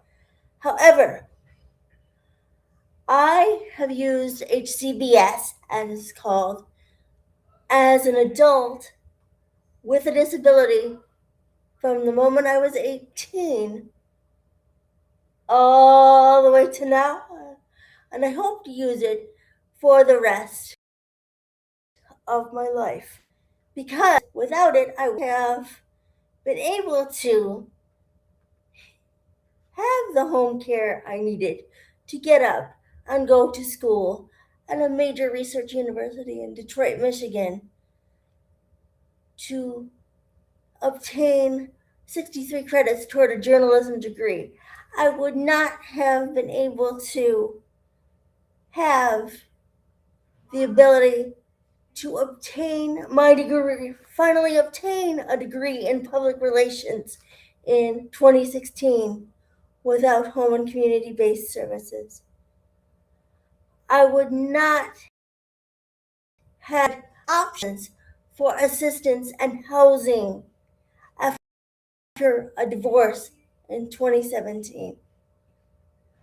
I need these things to literally stay alive. I cannot get up out of bed without assistance. I cannot bathe without assistance. I cannot dress without assistance. I cannot go to the doctor without non-emergency medical transportation. And it's not just me, it's millions of others. So, what I say to you, both the disabled and non-disabled community, not yet disabled community, if it doesn't now, one day, disability will end life. So what I say to you is call your representatives, call your senators, ask them to codify Olmsted so that they are able, so that we are all able to live in our communities amongst our neighbors, our friends, our families, so that we can live, work, and participate in our communities fully for forever and all time, because we have the right to. It is not only our right, our responsibility to fight for ourselves. So, if you have a ballot, if you are 18 years or older, register to vote, vote, and hold these people accountable that are in office. Make sure they are doing as they are advertising. Hold them responsible. They work for you. Do not be afraid. Call your Congress people. Email. But most importantly, vote. My grandfathers and my uncles did not fight for this country, for us as a community to sit on our asses and whine that, oh, I'm too tired. I am tired every single day with this work, because I presently live in a group home, and the 3 other people that live here are not able to advocate for themselves. So I very often am having to advocate for all 4 of us. It's not something that I mind doing, but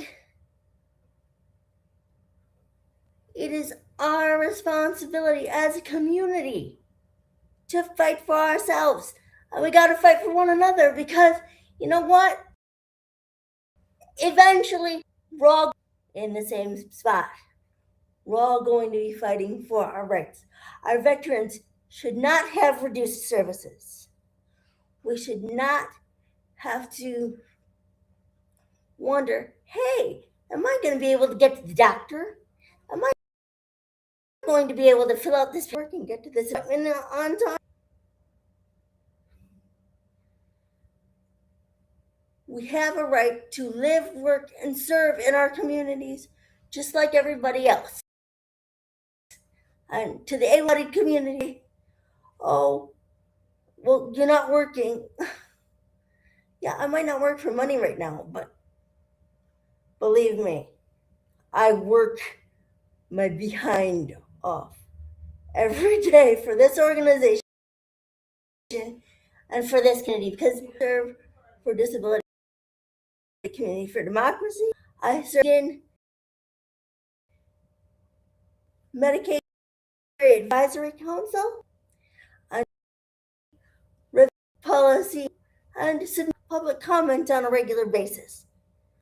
As someone who has to use Medicaid, because none of these services are paid for through any form of private insurance, whether someone employed or not. It doesn't matter. Care costs well over $2,000 a month. That is literally just to get up, get dressed, have clean surroundings, and have food to eat. That's just the care. I'm not even talking about the cost it takes to live where I live. Like, to literally have a roof over my head. No, there are no accessible homeless shelters here in the United States, and some nursing homes don't take people under 65. So think about that for a minute. When you fight for me or anybody else with disability, you're also fighting for yourself. Remember that. So call those senators, flood those phones, people. Flood those phones, everybody. I don't care what color you are. I don't care who you love, who you were married to, who you're. Just flood the phones, flood the email boxes. Get their attention and hold them accountable. They work for you.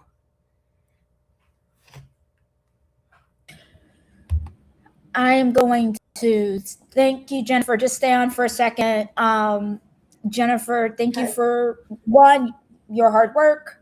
As always, Jennifer has been a part of Disability Community for Democracy since the beginning. She is leaving at the end of the year her leadership position, but she is an excellent writer, and she's going to write about National Immunization Month. I believe that's your topic. So that article is going to come out in a couple weeks from this past Thursday. And Jennifer is saying, flood those phones by saying no to Crip Crow. That the QR code is above my head. And what she's saying is call every single day your U.S. representative and your 2 U.S. senators, and also contact your state and local and county officials to demand that they contact the people who represent their areas. Like, for example, I'm going to use my city as an example because we do not have county government in Massachusetts. So where I live, we have 2 members of Congress that represent of the House represent my city, and then we have our U.S. senators. So I, as somebody who serves on my disability commission, is going to, if we have quorum in September, going to make a motion that we write a letter to the people who represent our city that they codify Olmstead by updating the Americans with Disabilities Act. And I'm going to say this with all due respect to the legacy organizations that started immediately after the ADA. We cannot be afraid to update the ADA. We updated it 18 years ago due to a Supreme Court decision. This is our lives. And so we need Olmstead updated because it's important. We need Olmstead codified, because our humanity is not up for debate, and we are not going to play games and do what happened with Roe. Went away. We don't have the right to privacy anymore in this country at all. That was a right to privacy case. Therefore, abortion's gone in a bunch of states completely. You don't have access to abortion care. So if the Supreme Court has their way, they would do the same thing. So, Jennifer, do you want to say anything else? Can you hear me? Yes, I can hear you. Don't worry about it. I know this sometimes with disability. I have done the same thing with my disability too. I drop things. Do you want to say anything about your role? And I know you said something about the silent coordinator, but do you want to say anything about your role particularly? And why you do it? Why I do this. Let's see. Yeah. Why you decided to join? I decided to join Disability Community for Democracy because I've been a disability awareness educator, if you will, for the majority of my life. But I knew in 2024 that I really had to get in gear and do more to educate people to fight for our rights as a community, because either had anything regarding people with disabilities or the disability community. And since we are 1/3 of the electorate, we need to be represented. And I thought, I've got to do something. Let me see what I can do. I have a degree in public relations. Let me see how I can help. And I've always had an interest in law, and that is the direction I'm going to be taking, hopefully this coming year, in 2027. But I will always be involved with Disability Community for Democracy because we are the first organization that is actually large. The majority of the people in leadership have disabilities. Everyone in leadership is required to have a disability. Everyone in leadership is required to have a disability. Unlike others where there's maybe 1/3 of the people in leadership having a disability or something. All of us in leadership are required to have a disability. And that says something to me, that, we know from our lived experiences, whether it's home care, case management, what have you, that we know how things are going to work. Or that they're most likely to work. And we know how to address our needs better than anybody else. No other community can speak for us. We've got to speak for ourselves. And the most important thing, unlike a lot of disability organizations where they mainly talk about physical, like it's very segmented. Right.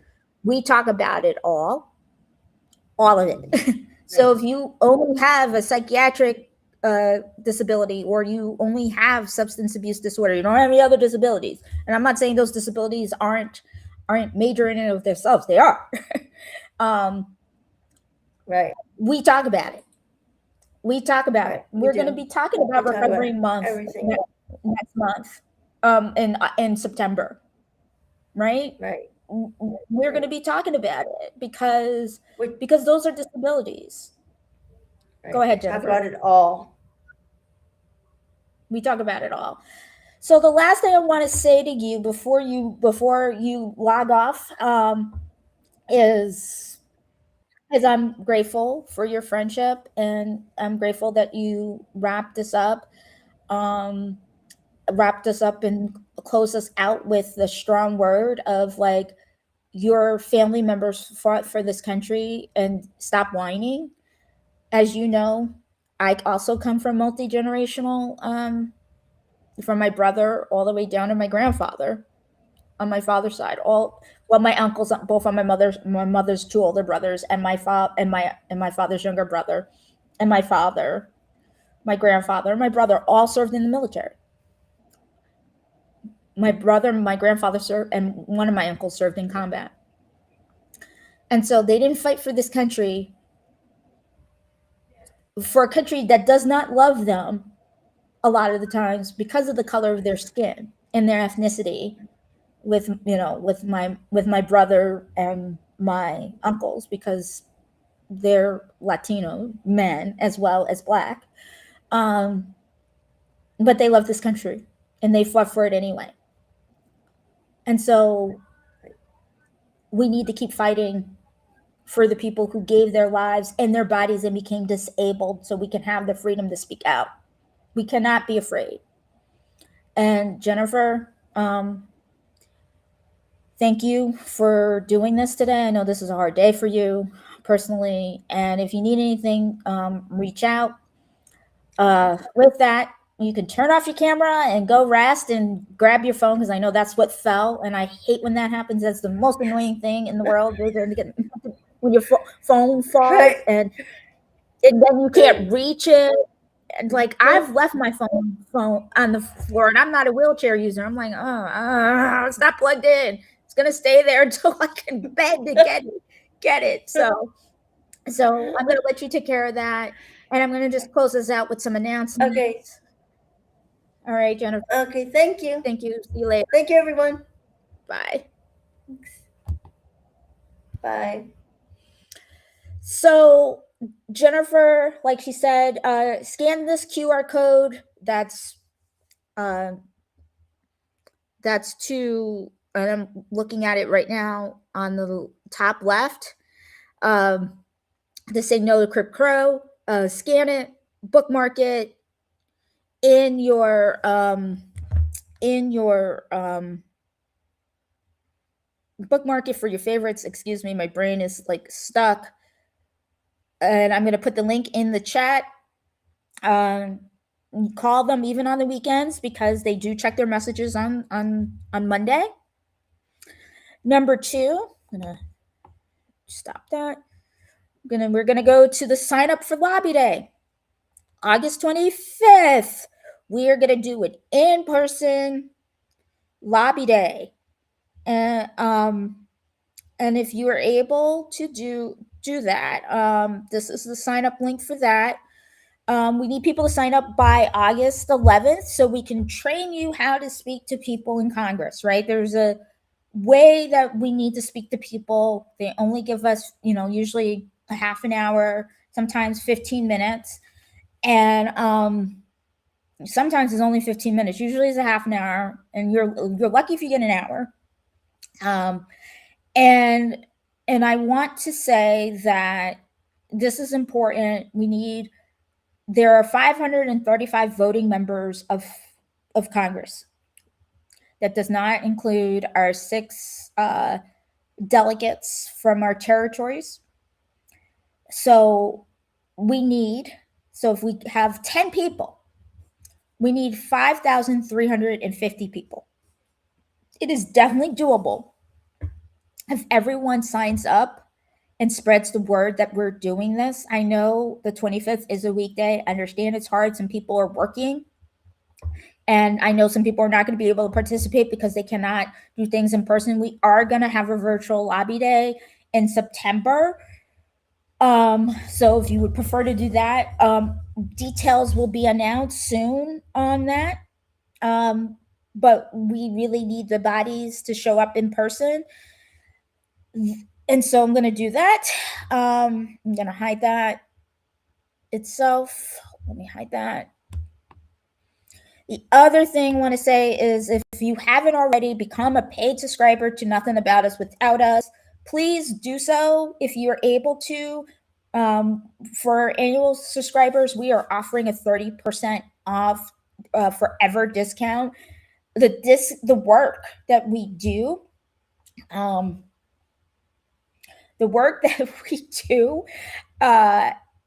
here, we don't get any grants or government funding. We don't get any money to do this work from foundations. And so the only way we are able to support our work is through people becoming paid subscribers or purchasing our merch. So we can host events like this. So we can go lobby in person in DC. So we can even go to stuff in district places that are further in different parts of the different states. I'm eventually going to have to go to states like Vermont and Maine and stuff like that. That's not close to me, and I have to travel. So I want to say that. And I know Kimmy is a hardcore supporter. Kimmy went in the chat. She is an annual subscriber. She has purchased a ton of merch,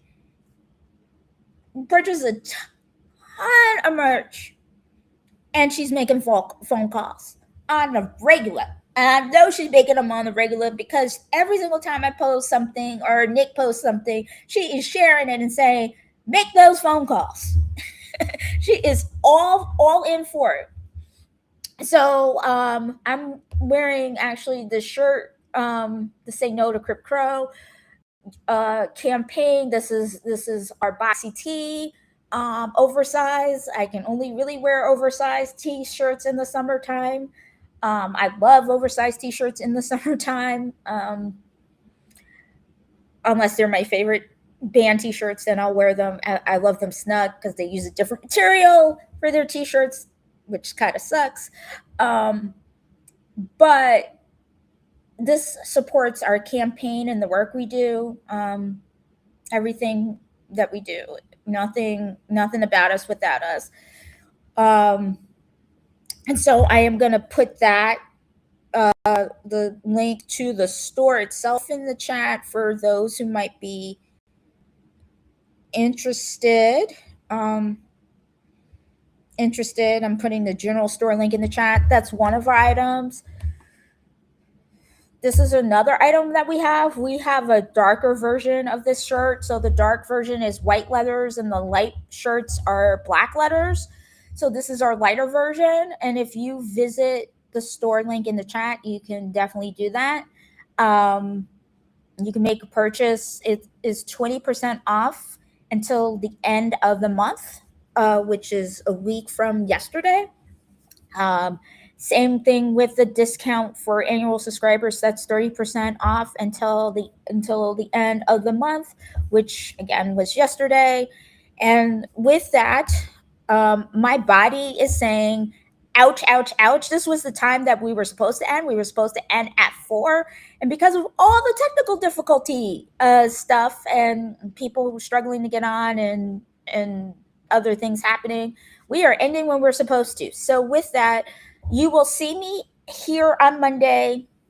I believe it's at 6. I'm interviewing Victoria Kirby York for the third part of our Say No to Crip Crow campaign. She's going to tell her story why that this Olmstead memo is dangerous from her perspective, and we're going to have a deeper conversation. I love her to death. Like she's, I consider her family. And so with that, I'm going to close out, and I want to thank everybody for being here. We are ending with, I got to see, 157 people on. And I want to say thank you to Nick for joint streaming this on his platform, Sick of the Shit Publications platform. And have a great day, everyone, and happy Disability Pride Month. And hopefully I'll see some of you again on all the lives we're doing next week to round out the month. Have a good rest of your weekend, everyone. Bye.